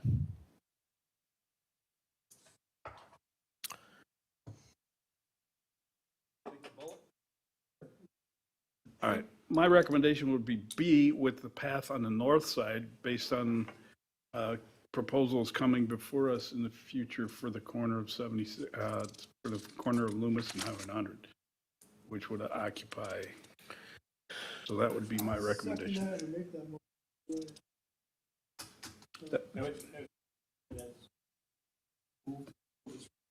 Second. So that's option B. Hope and Mayor. Questions, Alderman Barber? Hold on one second. Hold it. Push your button. I just don't see between, on my stretch, 35th to 42nd, that's really a narrow part of the road to put a bike path in there and to do that. I know, but it's in B. I would suggest to you that's where I get most of my complaints is they can't walk. They get run off the road every time a car passes. Right there in front of Kayla's, there's no ditch. I mean, there's no side slope. There's basically just a ditch. The road falls off to a ditch. That's where you bury drain culverts. You bury the ditch. And add to the roadway? On the north or south there? South would be the woods. See, here's where it takes a consultant to get us a recommendation that we would somehow be able to support, because whatever side you pick, somebody's ox is getting gored big time. And there's issues with both. So I would say let the consultant know. And I would suggest to you for the effort to put together a quote, it doesn't matter if it's one side or the other, they can make a best guess. When it comes time for the project, if we are successful and it's were to turn into a project, by all means, we would actually be required to have public information meetings and we would gather input and so forth. And a consultant can look at the housing on either side and where the potential traffic is. Because if you, south side may be best because of Kayla's Playground until you get to the far side of the woods. At which point then you better cross over because there's more people on the north side. And that, it's that way all the way up to Huntington. Hunting. Park. Yeah, this is by no means a full But it's detail. that way all the way to 76th Street because of the housing on the north side. Then if you get cross over 76th Street, you really want to put it on the north side because you got the frontage road that breaks things up and it makes it tough to cross. But then keep it on that side of the street because that's where the majority of the people are and the school is through 83rd Street all the way to St. Martin's Road, where we're going to potentially have the new apartment development and tie into trails there. So I would say north side past Hunting Park and west side or south side east of Hunting Park, right? So we have a motion on the floor, correct? Alderman Wolf.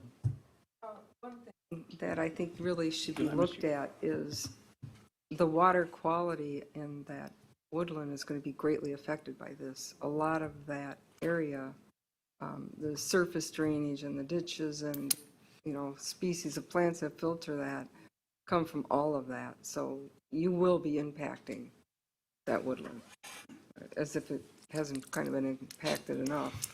That's going to really change the quality of that habitat. The suggestion is that we put culverts in and close the ditch. That way the runoff from the streets will go into the culvert. Well, there's a lot more to watersheds than that, but. I have no doubt. So with that motion, all those in favor signify by saying aye. Aye. Any opposed? Motion carries. We did G13, G14, there is no report for the senior travel program. G15, it's a resolution to amend we're going to come back to the budget. A resolution to amend resolution 2021-7730 awarding construction of the 60th Street Sanitary Lift Station for $2,376,500. This one provides for an expenditure. Second.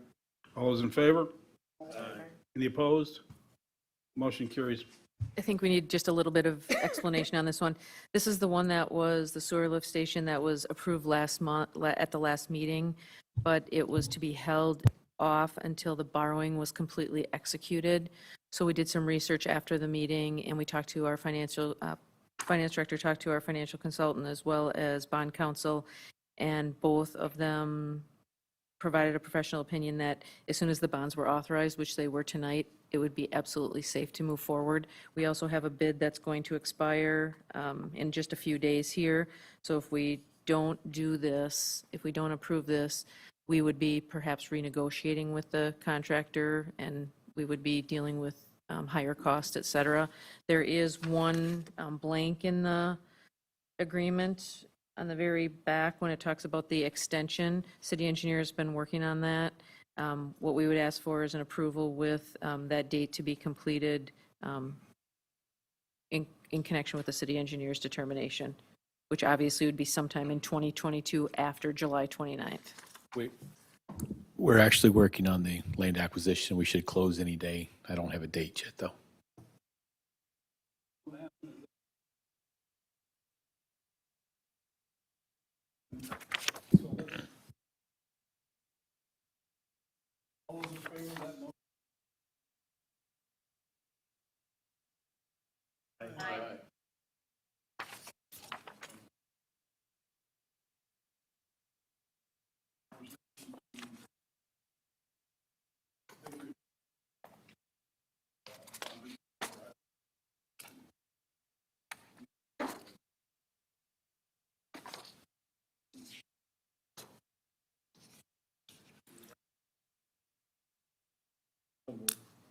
Second.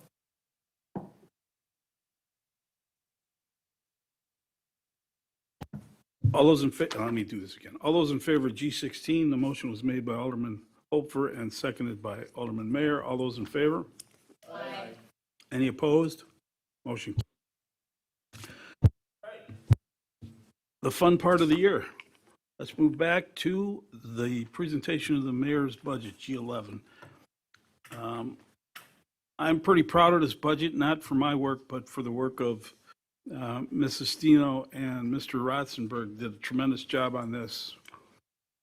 I had some input, but they did all the real work. And what you have in front of you is, I think, the 9th or 10th year in a row of a budget, of a tax reduction for our community based on either frozen tax levy or levy less than growth. And Paul's looking at me with that blank stare on his face. But this year, it can be said that you're going to offer your constituents a tax reduction based on levy. And with that, and I'm proud to say that we're going to add 2 firefighters with your approval and a part-time laborer for DPW. Full-time. Full-time labor. So, Peggy. Okey doke. Paul? We're really pleased to present the budget. We tell you every year it's a tough budget, and it was again. There were a lot of requests. There's a lot of departments that made a lot of sacrifices so that this budget could be prepared. But I think it was really a joint effort among everyone. Of course, the mayor gave us a lot of leadership and guidance through the process, and we appreciate that. Paul and his team did the bulk of the work. It's easy for me to give the presentation, but he really did the majority of the work. So we thank Peggy, him for that. I'm sorry. I'm remiss. Our department heads came to us with really good budgets, really good budgets. They were tight. There wasn't a lot of extravagance except for the police. I'm joking, of course. The department heads did a tremendous job. And then when we came back at them, they were flexible, they were pleasant, and I didn't find any bunnies in a soup bucket at my house. So it was good. I commend my department heads, our department heads, for continuing to be fiscal stewards. For sure.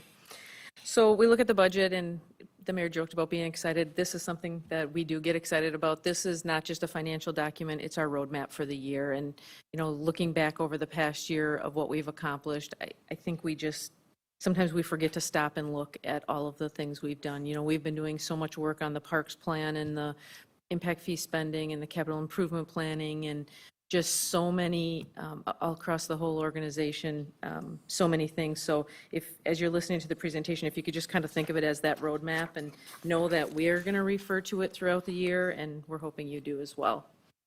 I'm obviously not going to read all these word for word, but I do want to have all the information available for you. This really follows our transmittal letter, and it just talks about some of the community. Last year when I came here, there was a lot of joking. We're not a rate community, we're a levy community. And I think that's really important, because what that means is we're really responsible and prudently fiscal as far as our spending and our needs and our wants, and we're able to come through with high quality services at a really fair rate. So that's all reflected in this budget. I think the values you'll see, you're going to see over and over again. There wasn't just a need in the fire area for additional services. There's a need in public works. There's many needs in the police that didn't get met. Again, there was just a lot of sacrifices. We do have challenges every year. I know you kind of get sick of us telling you about it because they're really the same ones over and over, but we talk about state revenues. We talk about, what the community wants versus how do we pay for it and what that tolerance level is. And we're really just trying to come to a reasonable and fair tax rate to provide some high quality services. And then there's, of course, obviously market pressures and economy pressures. COVID, not a lot to talk about this year. We went through it in 20, we're going through it in 21. I think we learned at the beginning of this year, we really got a lot of help from our state and federal partners, so it wasn't as detrimental to our budget as it could have been.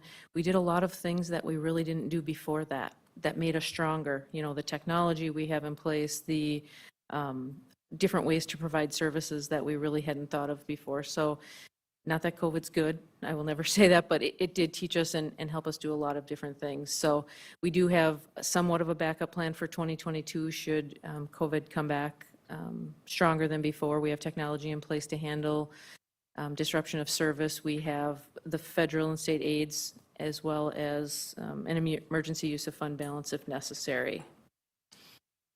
As far as maintaining city services, protecting city assets and using resources responsibly, that's what we're here for. That's what city government's function is.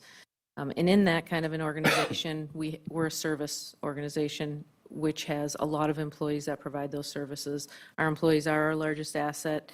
And I think not just when COVID was going on, but always, we have a lot to be proud of with our employees. And I think the council has been very, very optimistic and very helpful when it comes to pay increases and understanding that benefits are important to employees. But really, in this really tight labor market, this is something we need to continue over and over because our employees really are our biggest asset and something that can make or break the organization.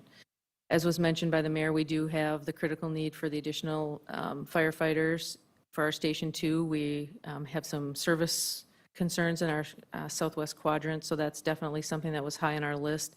That's complementing a significant labor change we had in the agreement that we signed with the firefighters back in January of this year. So I think with those two things together, we're going to really make some progress as far as staffing goes. We did do a review of all of our operations and cost evaluations.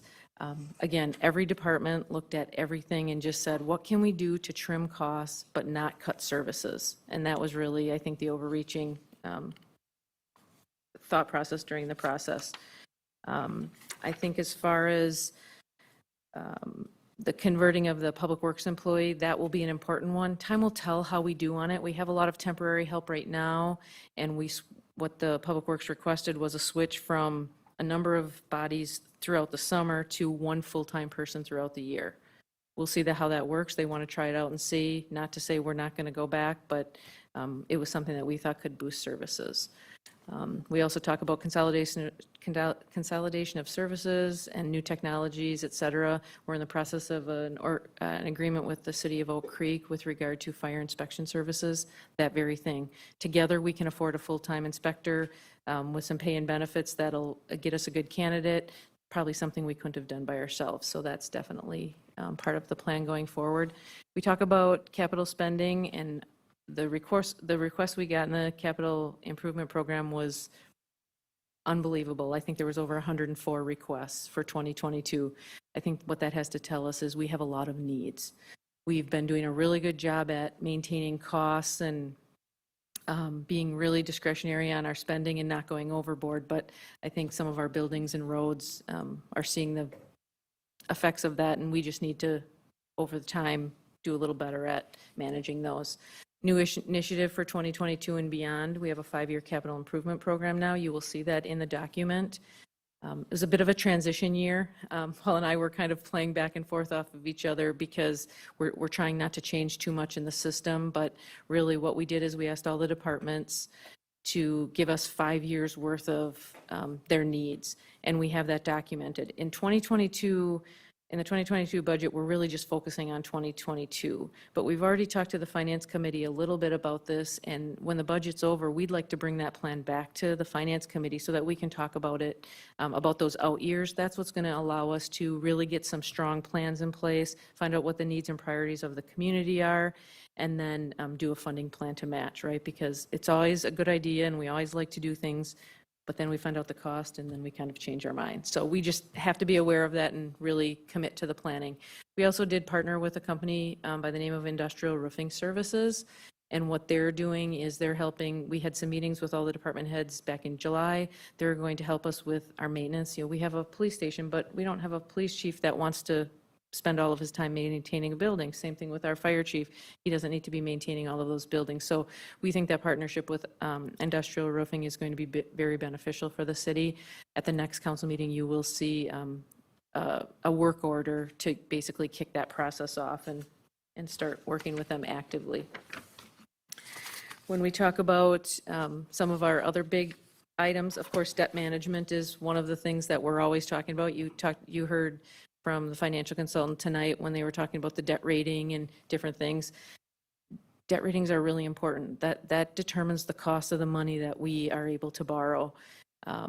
We've used debt a lot recently. If you look at the chart, the last couple of years, there's been a lot of TIF debt, all with good purpose, all, not a bad idea. It's just that it tends to creep up and use a lot of our capacity. So something we have to be mindful about going forward. We've had a lot of conversations with the Finance Committee about this, about the purposes and our capacity. And we have an internal limit that's basically 40% of what our actual limit is.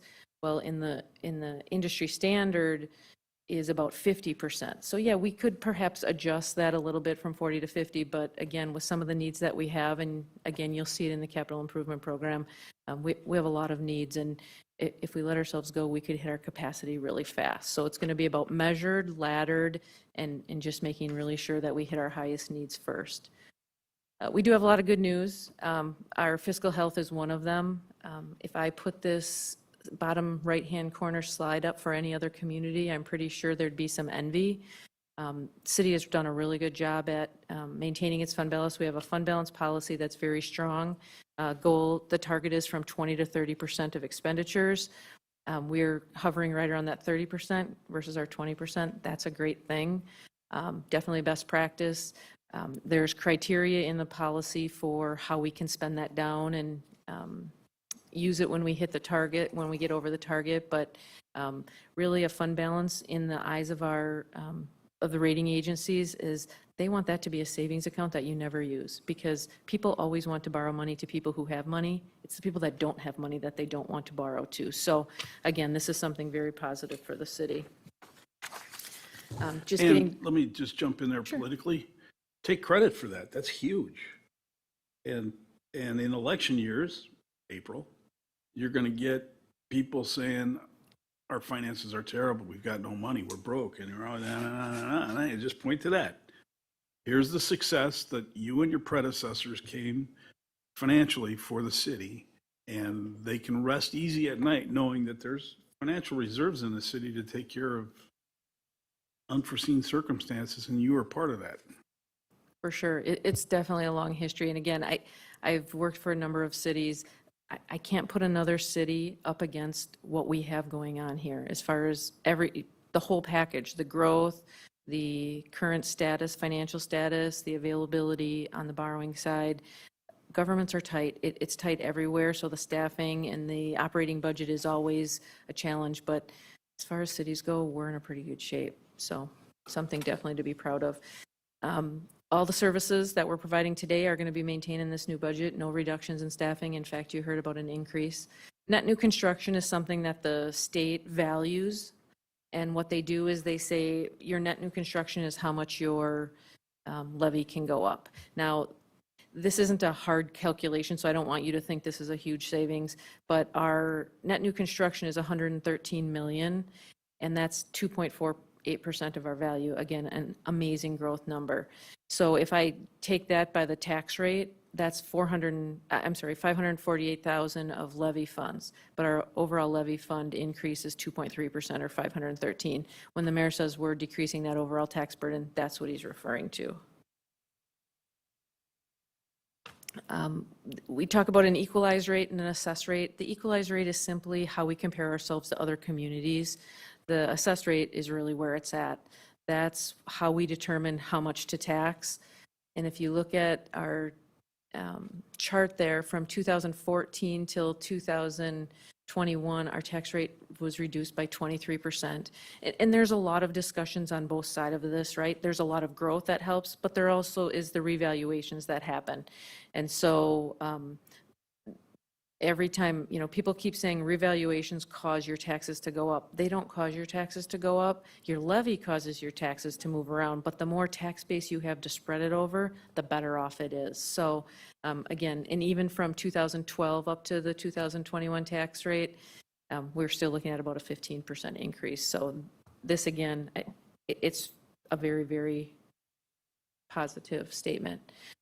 We do have some reductions in shared revenue. We don't qualify for expenditure restraint. I know we talked about this last year, and I'm sure you've talked about it in the past, but This is one of those really backwards things at the state. They say, yeah, we'll give you help with your expenditures as long as you stay within a certain range, but not if your tax rate is too low, not if you manage your tax rate too much. And unfortunately, that's what we did here. We managed our tax rate. We're under that $5 per thousand of equalized value.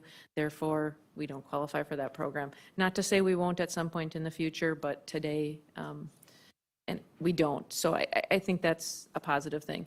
We do have a fully balanced budget. There is no planned use of fund balance. Of course, we're one emergency away from changing that, and it's just something we have to be aware of. We do have increases in revenues and expenditures. As far as revenues go, the major part of that, of course, is the tax levy. And you will see all the details of some of the different ups and downs throughout the budget. We do have overall expenditures going up $594,000. And while that does look like a big number, and it is in any stretch, that's a big number, but when we have 2 new full-time firefighters with benefits, a public works employee that we added benefits to, another half-time position that we added benefits to, we're able to manage our pay increases and benefit changes. So really, it's a pretty reasonable amount. And then our personnel numbers are there. We do have a reserve for succession planning, basically separation payments when employees retire or leave. Mostly when they retire, we know about it ahead of time. And what happens is this reserve helps us to be able to recruit for those positions quicker than we would have been otherwise, because their department budgets can't handle that. We also implemented some initiatives that we believe will help some recruitment and retention policies, and I know the chief is really excited for us to get that going, and we certainly are going to get that going yet this fall. So we believe that's going to help with some more recruitment that are going to be needed in public safety. We have a goal to maintain or lower our health insurance plan costs. We want to provide the best benefits that we're able to, but not overtax or overburden our taxpayers. So that's something we've been very successful at in the last year. We are in somewhat of a bad claim cycle right now, but nothing alarming and nothing that's changing the trajectory of that. And we're really trying to get employees engaged in the process, in the claims process, to manage their own health care and look for where it's smart and effective to go, not just where it's easy to go to. We do have a lot of capital spending in this budget. As we mentioned, we have this capital improvement plan. It has $25.8 million of spending. Keep in mind that's general city spending, that's TIDS, that's utilities, and we are using approximately $6.7 million of funds on hand that were planned. Those would be things such as impact fees are a big one, special assessments. We have some capital fund balances that we're using. City's policy has been borrow every other year, approximately $2 million for capital needs. So we are proud of the fact that we are able to fund all of those capital improvements without any new general borrowing for 2022. So we do have a $7.6 million borrowing plan tentatively for anticipated future tax increment financing projects. And there's definitely more to come on that. And then just a note on our OPEB trust.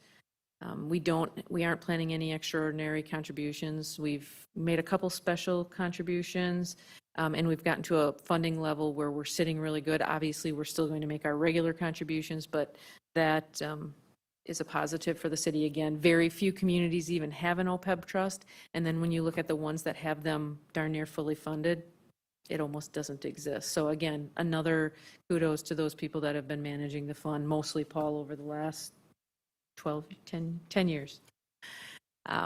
We do have a $5 increase in the solid waste fee projected in the 2022 budget. That would be to cover the increased refuse and recycling costs. We did have an increase approximately 2 years ago when we went to weekly recycling and automated refuse. So this would be the first increase since then, and it's a very manageable increase. This is it's a one number increase. It's $5. And it goes from what, 146? 135 to. So it's $140 a year Covers the whole year. for recycling and trash collection weekly. So the other, If you want to hear complaints, it's well, you'll hear complaints because people like to complain about garbage. It's a thing. It's a thing. The next thing is just the American Rescue Plan Act. That's the federal funding that came through last year. They called it the CARES funding. We made very good use of those funds. Now we have the American Rescue Plan funding. We received as a city approximately 3.75 million. One half of it came this spring. The other half will come next spring.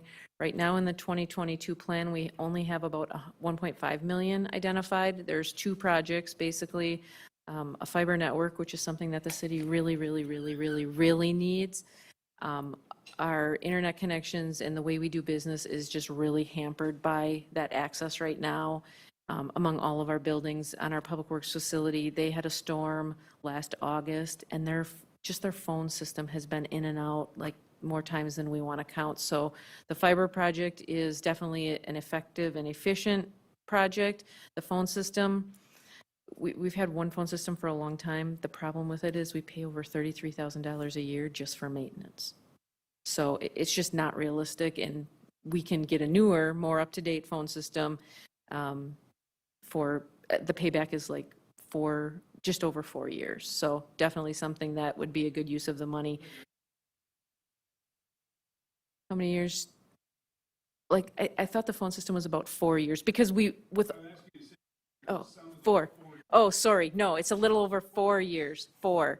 And that's including new phones for the desktops, which we would get the most recent phones, the most recent technology phones, which would be very helpful.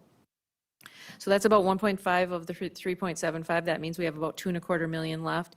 We really just have to make a plan on how we're going to spend that. We have been talking about different ideas. We're kind of keeping a list on it right now. These funds have to be committed by the end of 2024, spent by the end of 2026. So I think the message that I have today is we don't have to rush into allocating it.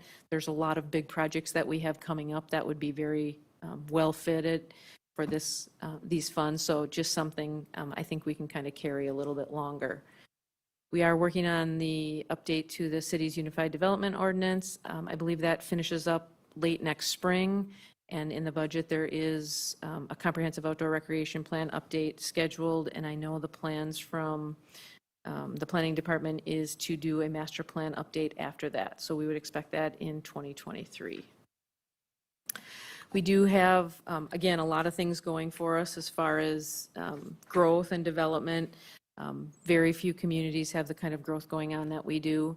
We have to be smart about it, right? We have to be able to serve the new growth that's coming on. We talk about roads that need to be improved. We talked about parks. We talked about a lot of things. And really, it's just about making sure that we're out in front on that planning so that as the development comes, we're able to provide the services.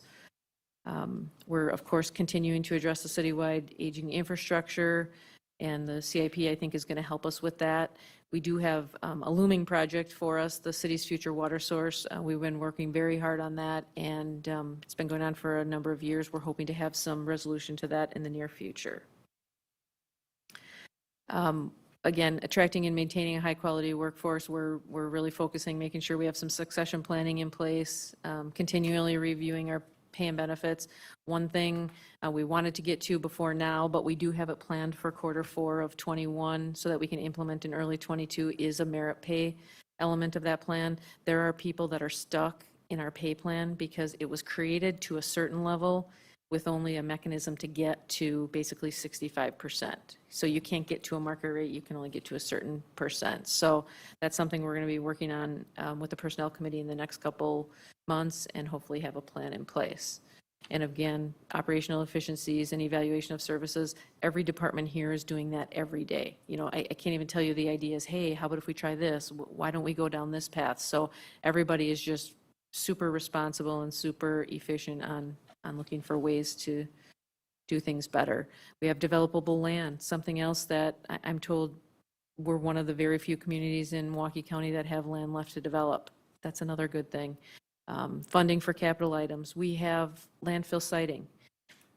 2.4 million is in the budget for 2022 for landfill siting. That is not something that any community has. There's very few of those, but what that does is that helps us supplement a lot of capital needs without going to the market to borrow for those. Now, it does have an end some point in the future. We're decades out from that, but something that we certainly have to be responsible in our planning so that we don't get over-dependent or find ourselves at a crash landing when those do go away, but definitely something very positive. Impact fees, again, very, they're not loved, of course, by the people that have to pay them, but really what it's doing is it's allowing the growth that's happening to fund a lot of their own way without the existing taxpayers to do that. So that's something important. We talked about the OPEB trust, and then we're in WRS pension, so that's, of course, another benefit. We do have a number of other budgets. I've mentioned all the main items, the Civic Celebration, St. Martin's Fair, those are pretty much just standard operating budgets. We have some grant accounts, fire, police, health, and some miscellaneous items. You'll find all of that in the budget. But we've just been we've been working really hard to make sure that, of course, with our grants, we match the uses.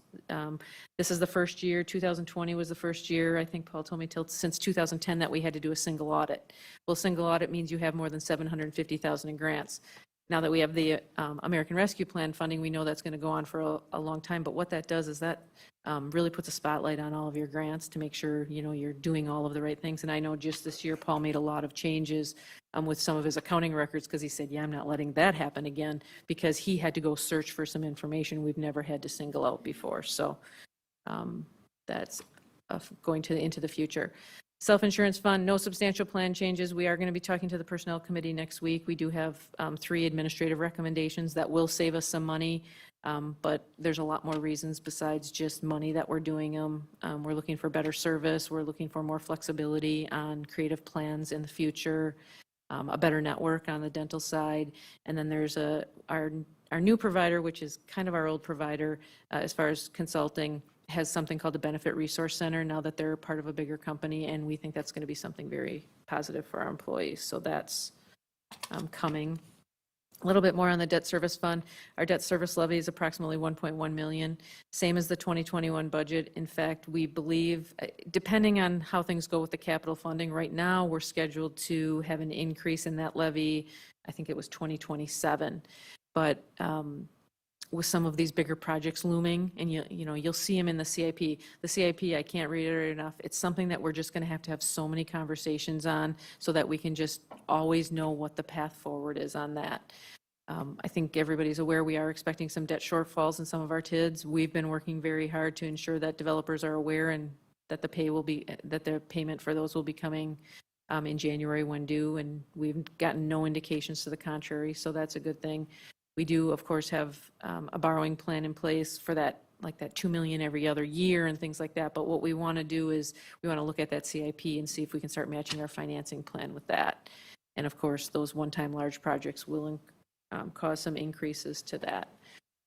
The way this process is going to go this year, last year was my first year, but I keep telling Paul that it just seems like it was a natural process because it was such a great process. Finance Committee will get the budget next Tuesday. They have 4 meetings.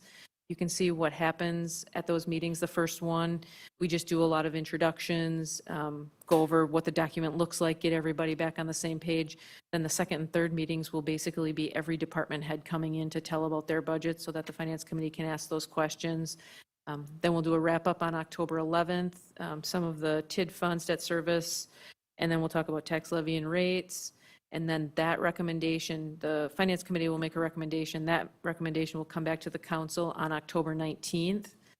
We, in the middle of there, will publish a hearing notice. There's continued deliberation. We want to hear from you anytime between now and November 16th.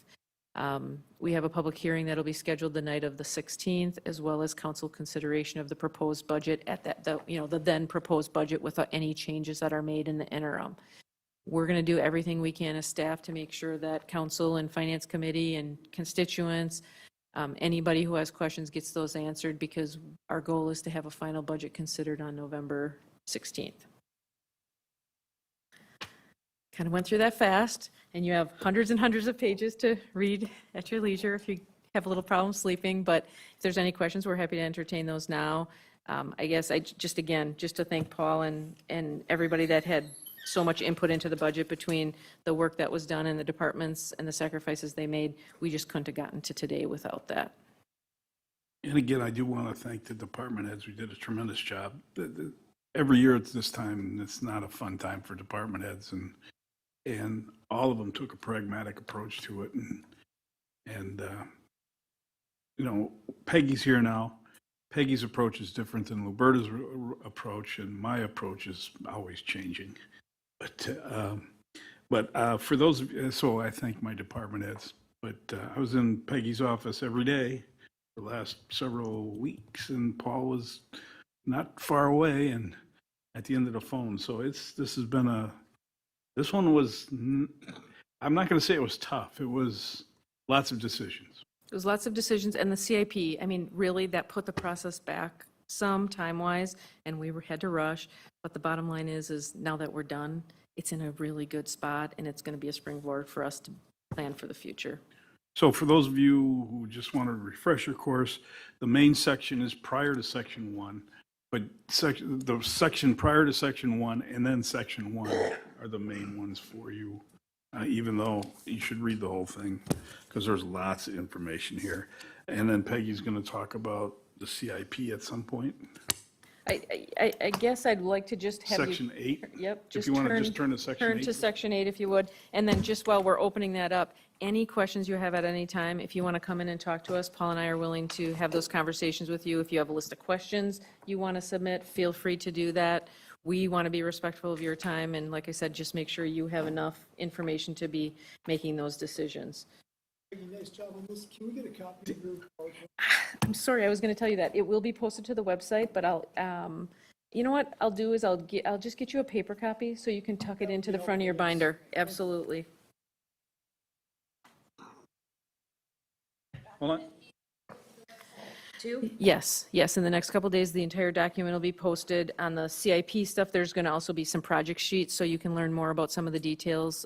Department heads spent a lot of time putting together their requests, and there's a lot of reasoning and explanations behind some of these, so you can learn a lot more about the projects by doing that.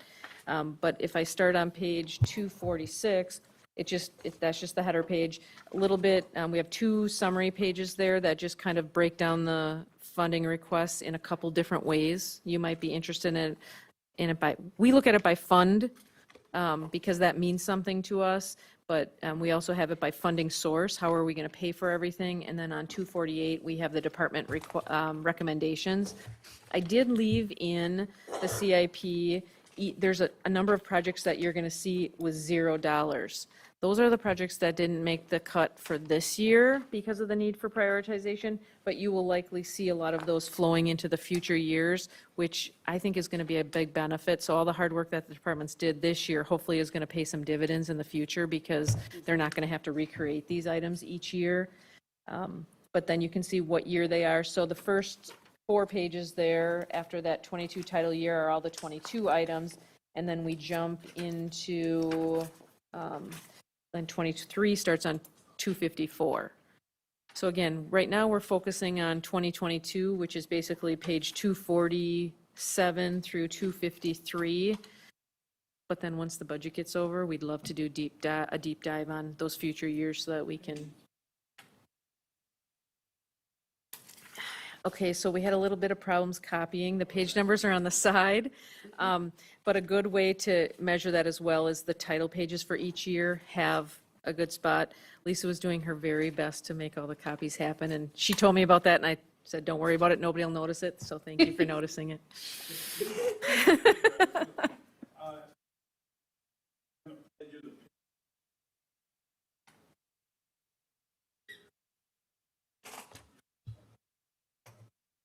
And if you happen to access the online document, you will also be able to get to each one of these sections, and then, like I said, the links. So the website will guide you through the project years as well.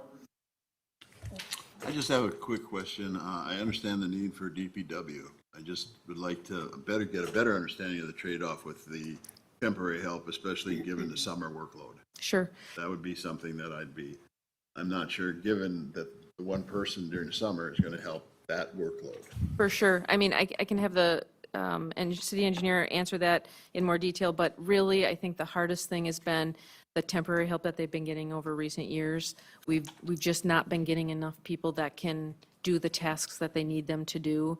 And so their thought process is they really could use somebody all throughout the year.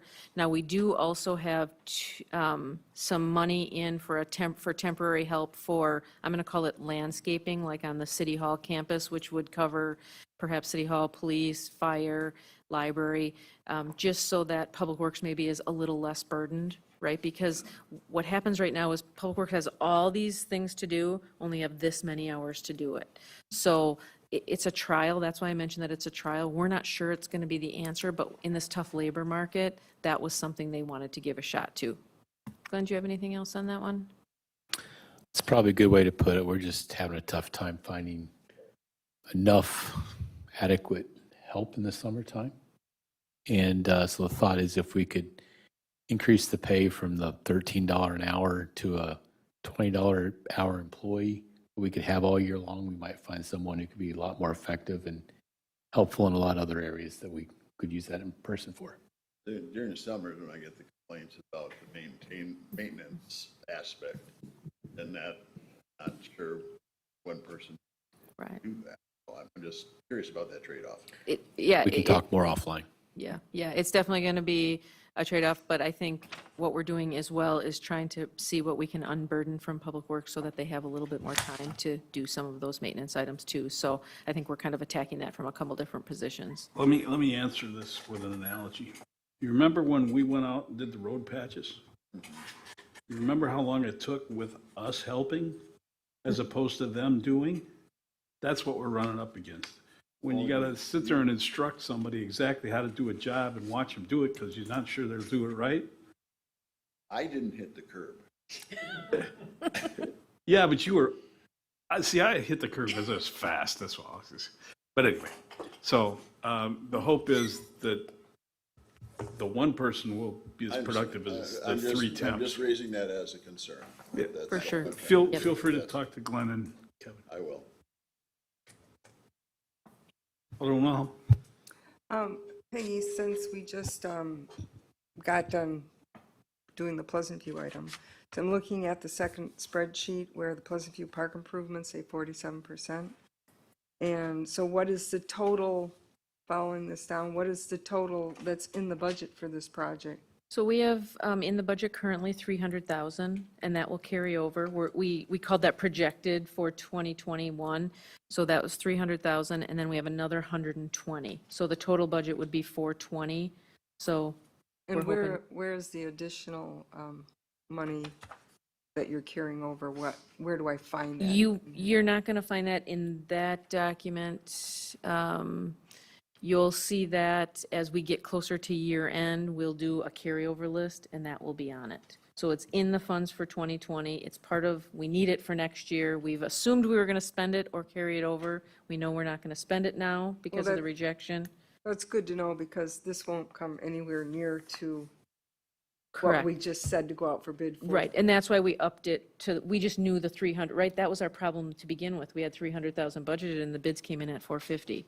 So we're now, Public Works did some things, so now we have 420 and we're hoping the timing next year is going to be more favorable. And then the other one is the Marquette improvements from 49th to the school with the sidewalk. Are we going to get that done next year? Yeah, that's in the budget. So we did have two things. One is the 50th Street and water main, and then also we have some money allocated for Marquette from 49th to school. So we're not doing the whole thing. We're just basically doing the edge, the north edge. I don't recall how much the dollar amount was. I was looking at it And the right now. developer's Do you see putting it? the sidewalk. 50th? What's that? The developer's putting the sidewalk. Developers putting, the things on the south side. So the south side of the street is the developer's issue.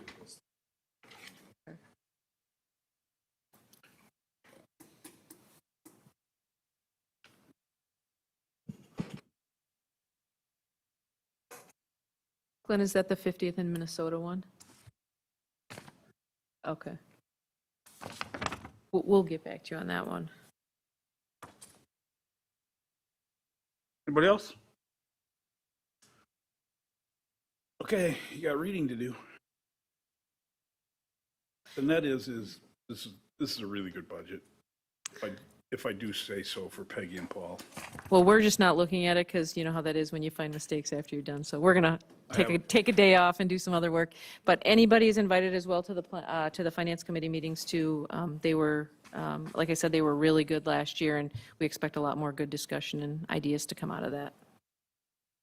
By the way, speaking of the Finance Committee, some of the longer-term members here will remember that the Finance Committee never had an opportunity to review the budget. It got taken away 2012 because essentially the Common Council would ignore any recommendations, and the Common Council members on the Finance Committee would be unique in how they acted, and so it was unproductive time.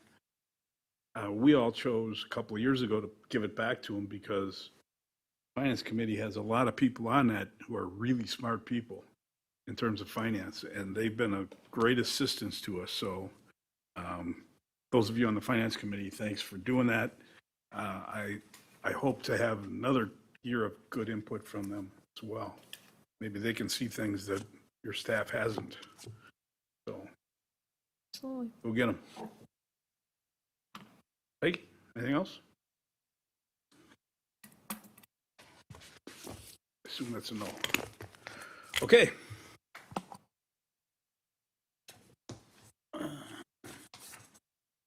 Thanks, Chief and Madam Librarian.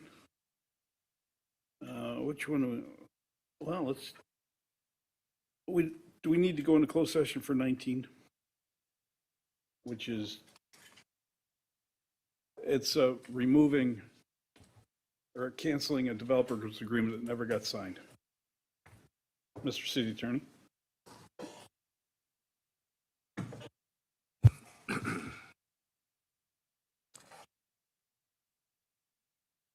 2 days after the council meeting direction in August, I called the economic development director, and the notice had been provided to the developer. She also said he had left a voicemail and sent an email. About 2 weeks ago, I heard from her that there had been no response received. And I called her today and was told the same thing. Contract was never completed through negotiations with the developer. And so under all the current circumstances, following the action of the council, the last time the subject matter was before the council at a meeting, council may wish to simply adopt them or consider the motion to adopt the resolution as set forth on the council action sheet.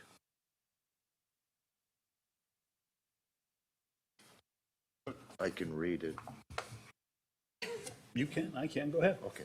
Is there a motion to adopt a resolution, rescind resolution 2020-7680, a resolution authorizing certain officials to execute, on our side, a tax incremental district number 8 development agreement on our side, and a development agreement for tax incremental district number 8 related to public improvements between the City of Franklin, JHB Properties LLC, and ZS Enterprises LLC, spec and/or commercial buildings mixed-use development that we only executed. Is there such a motion? I move to adopt the resolution to rescind. Hanneman and Barber. Discussion. All those in favor of that motion signify by saying aye. Aye. Any opposed? Motion carries. Okay, let's move back to item G17.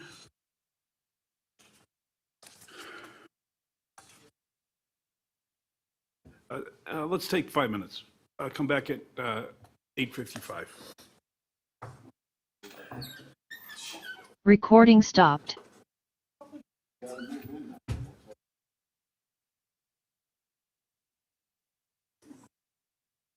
Peggy, recorder stop. Oop.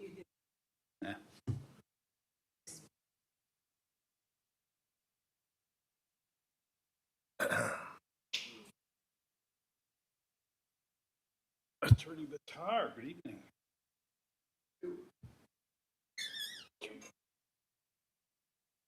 Yeah, it's not. no, it's They're not- in hey, re- Lindsay's here, let's all leave. They're in recess. Get the bats out.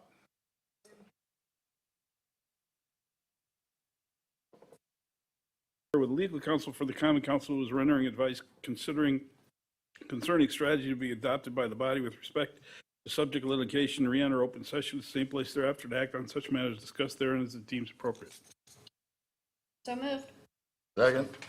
Hanneman and Barber. Madam Clerk. Alderman Nelson. Aye. Alderman Barber. Aye. Alderwoman Hanneman. Aye. Alderwoman Wilhelm. Aye. Alderman Mayor. Aye. Alderman Hofer. Aye. 6 ayes, no noes, no absence, no abstentions. We are in closed session. Recording stopped.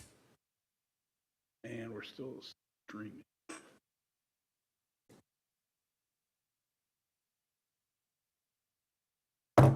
(9:42), we're back in open session. Mr. City Attorney.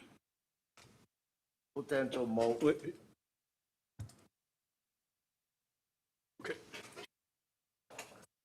potential motion to direct legal counsel and staff to proceed as discussed and directed and closed. There's such a motion. Barber and Mayor. All those in favor of that motion signify by saying aye. Aye. Any opposed? Motion carries. My predecessors would have demanded a call. Okay. With that, we're going to move on to G18.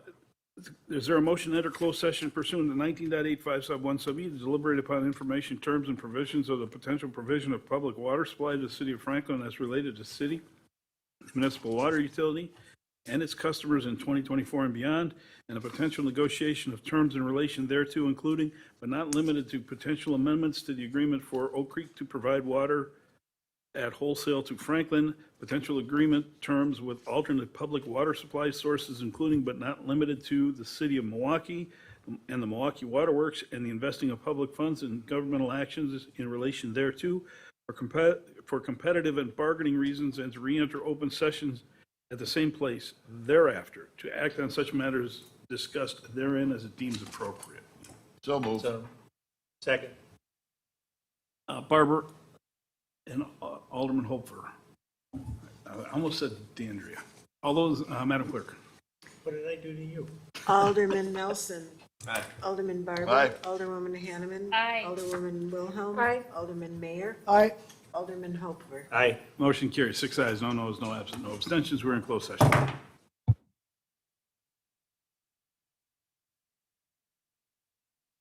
Recording stopped. It is 10:04. We're back in open session. No action taken on the previous item. Alderman Nelson, licenses, item I. I could defer to Alderwoman Wilhelm. She's got the final list with all the, Wait a minute now. See, it screwed us up. Okay, Alderman Wilhelm. License Class B beer, Class C wine, new Big Daddy's Barbecue and Soul is approved pending inspection and necessary patio approvals. All the rest, operator new, the next 5, excluding the last one, are approved. And the operator Juan Villa is hold for appearance. That's it. At some point, I want to have a conversation as to whether we really need to license patios. All those in favor of that motion signify by saying aye. Aye. Any opposed? Motion carries. Let's move on to I1, vouchers and payrolls. There a motion approving city vouchers. Ending date of September 16th, 2021, the amount of $1,014,294.55. And payroll dated September 10th in the amount of $415,920.47. And payments of the various payroll deductions in the amount of $234,600.28 in city matching payments, and estimated payroll for September 24th, guessed at $430,000 in payments of various payroll deductions, which are lots more at $465,000 plus city payments, city matching payments, and property tax disbursements with an ending date of September 16th, 2021, the amount of $1,384.62. Madam Clerk. That would be Barber and Hanneman. Madam Clerk.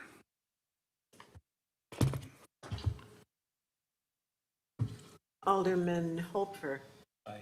Alderman Mayor. Aye. Alderwoman Wilhelm. Aye. Alderwoman Hanneman. Aye. Alderman Barber. Aye. Alderman Nelson. Aye. 6 ayes, no noes, no absent, no abstention. Motion carries. Motion to adjourn. So moved. Second. All those in favor? Aye. Any opposed? Motion carries. That was Nelson and Wilhelm. You're adjourned. Good night, Was everybody. it Barbara? Good night, thank you. Barbara and Wilhelm, sorry. He's going after you. Get him, man. Talk about it. It's been a while. All right, move. Kind of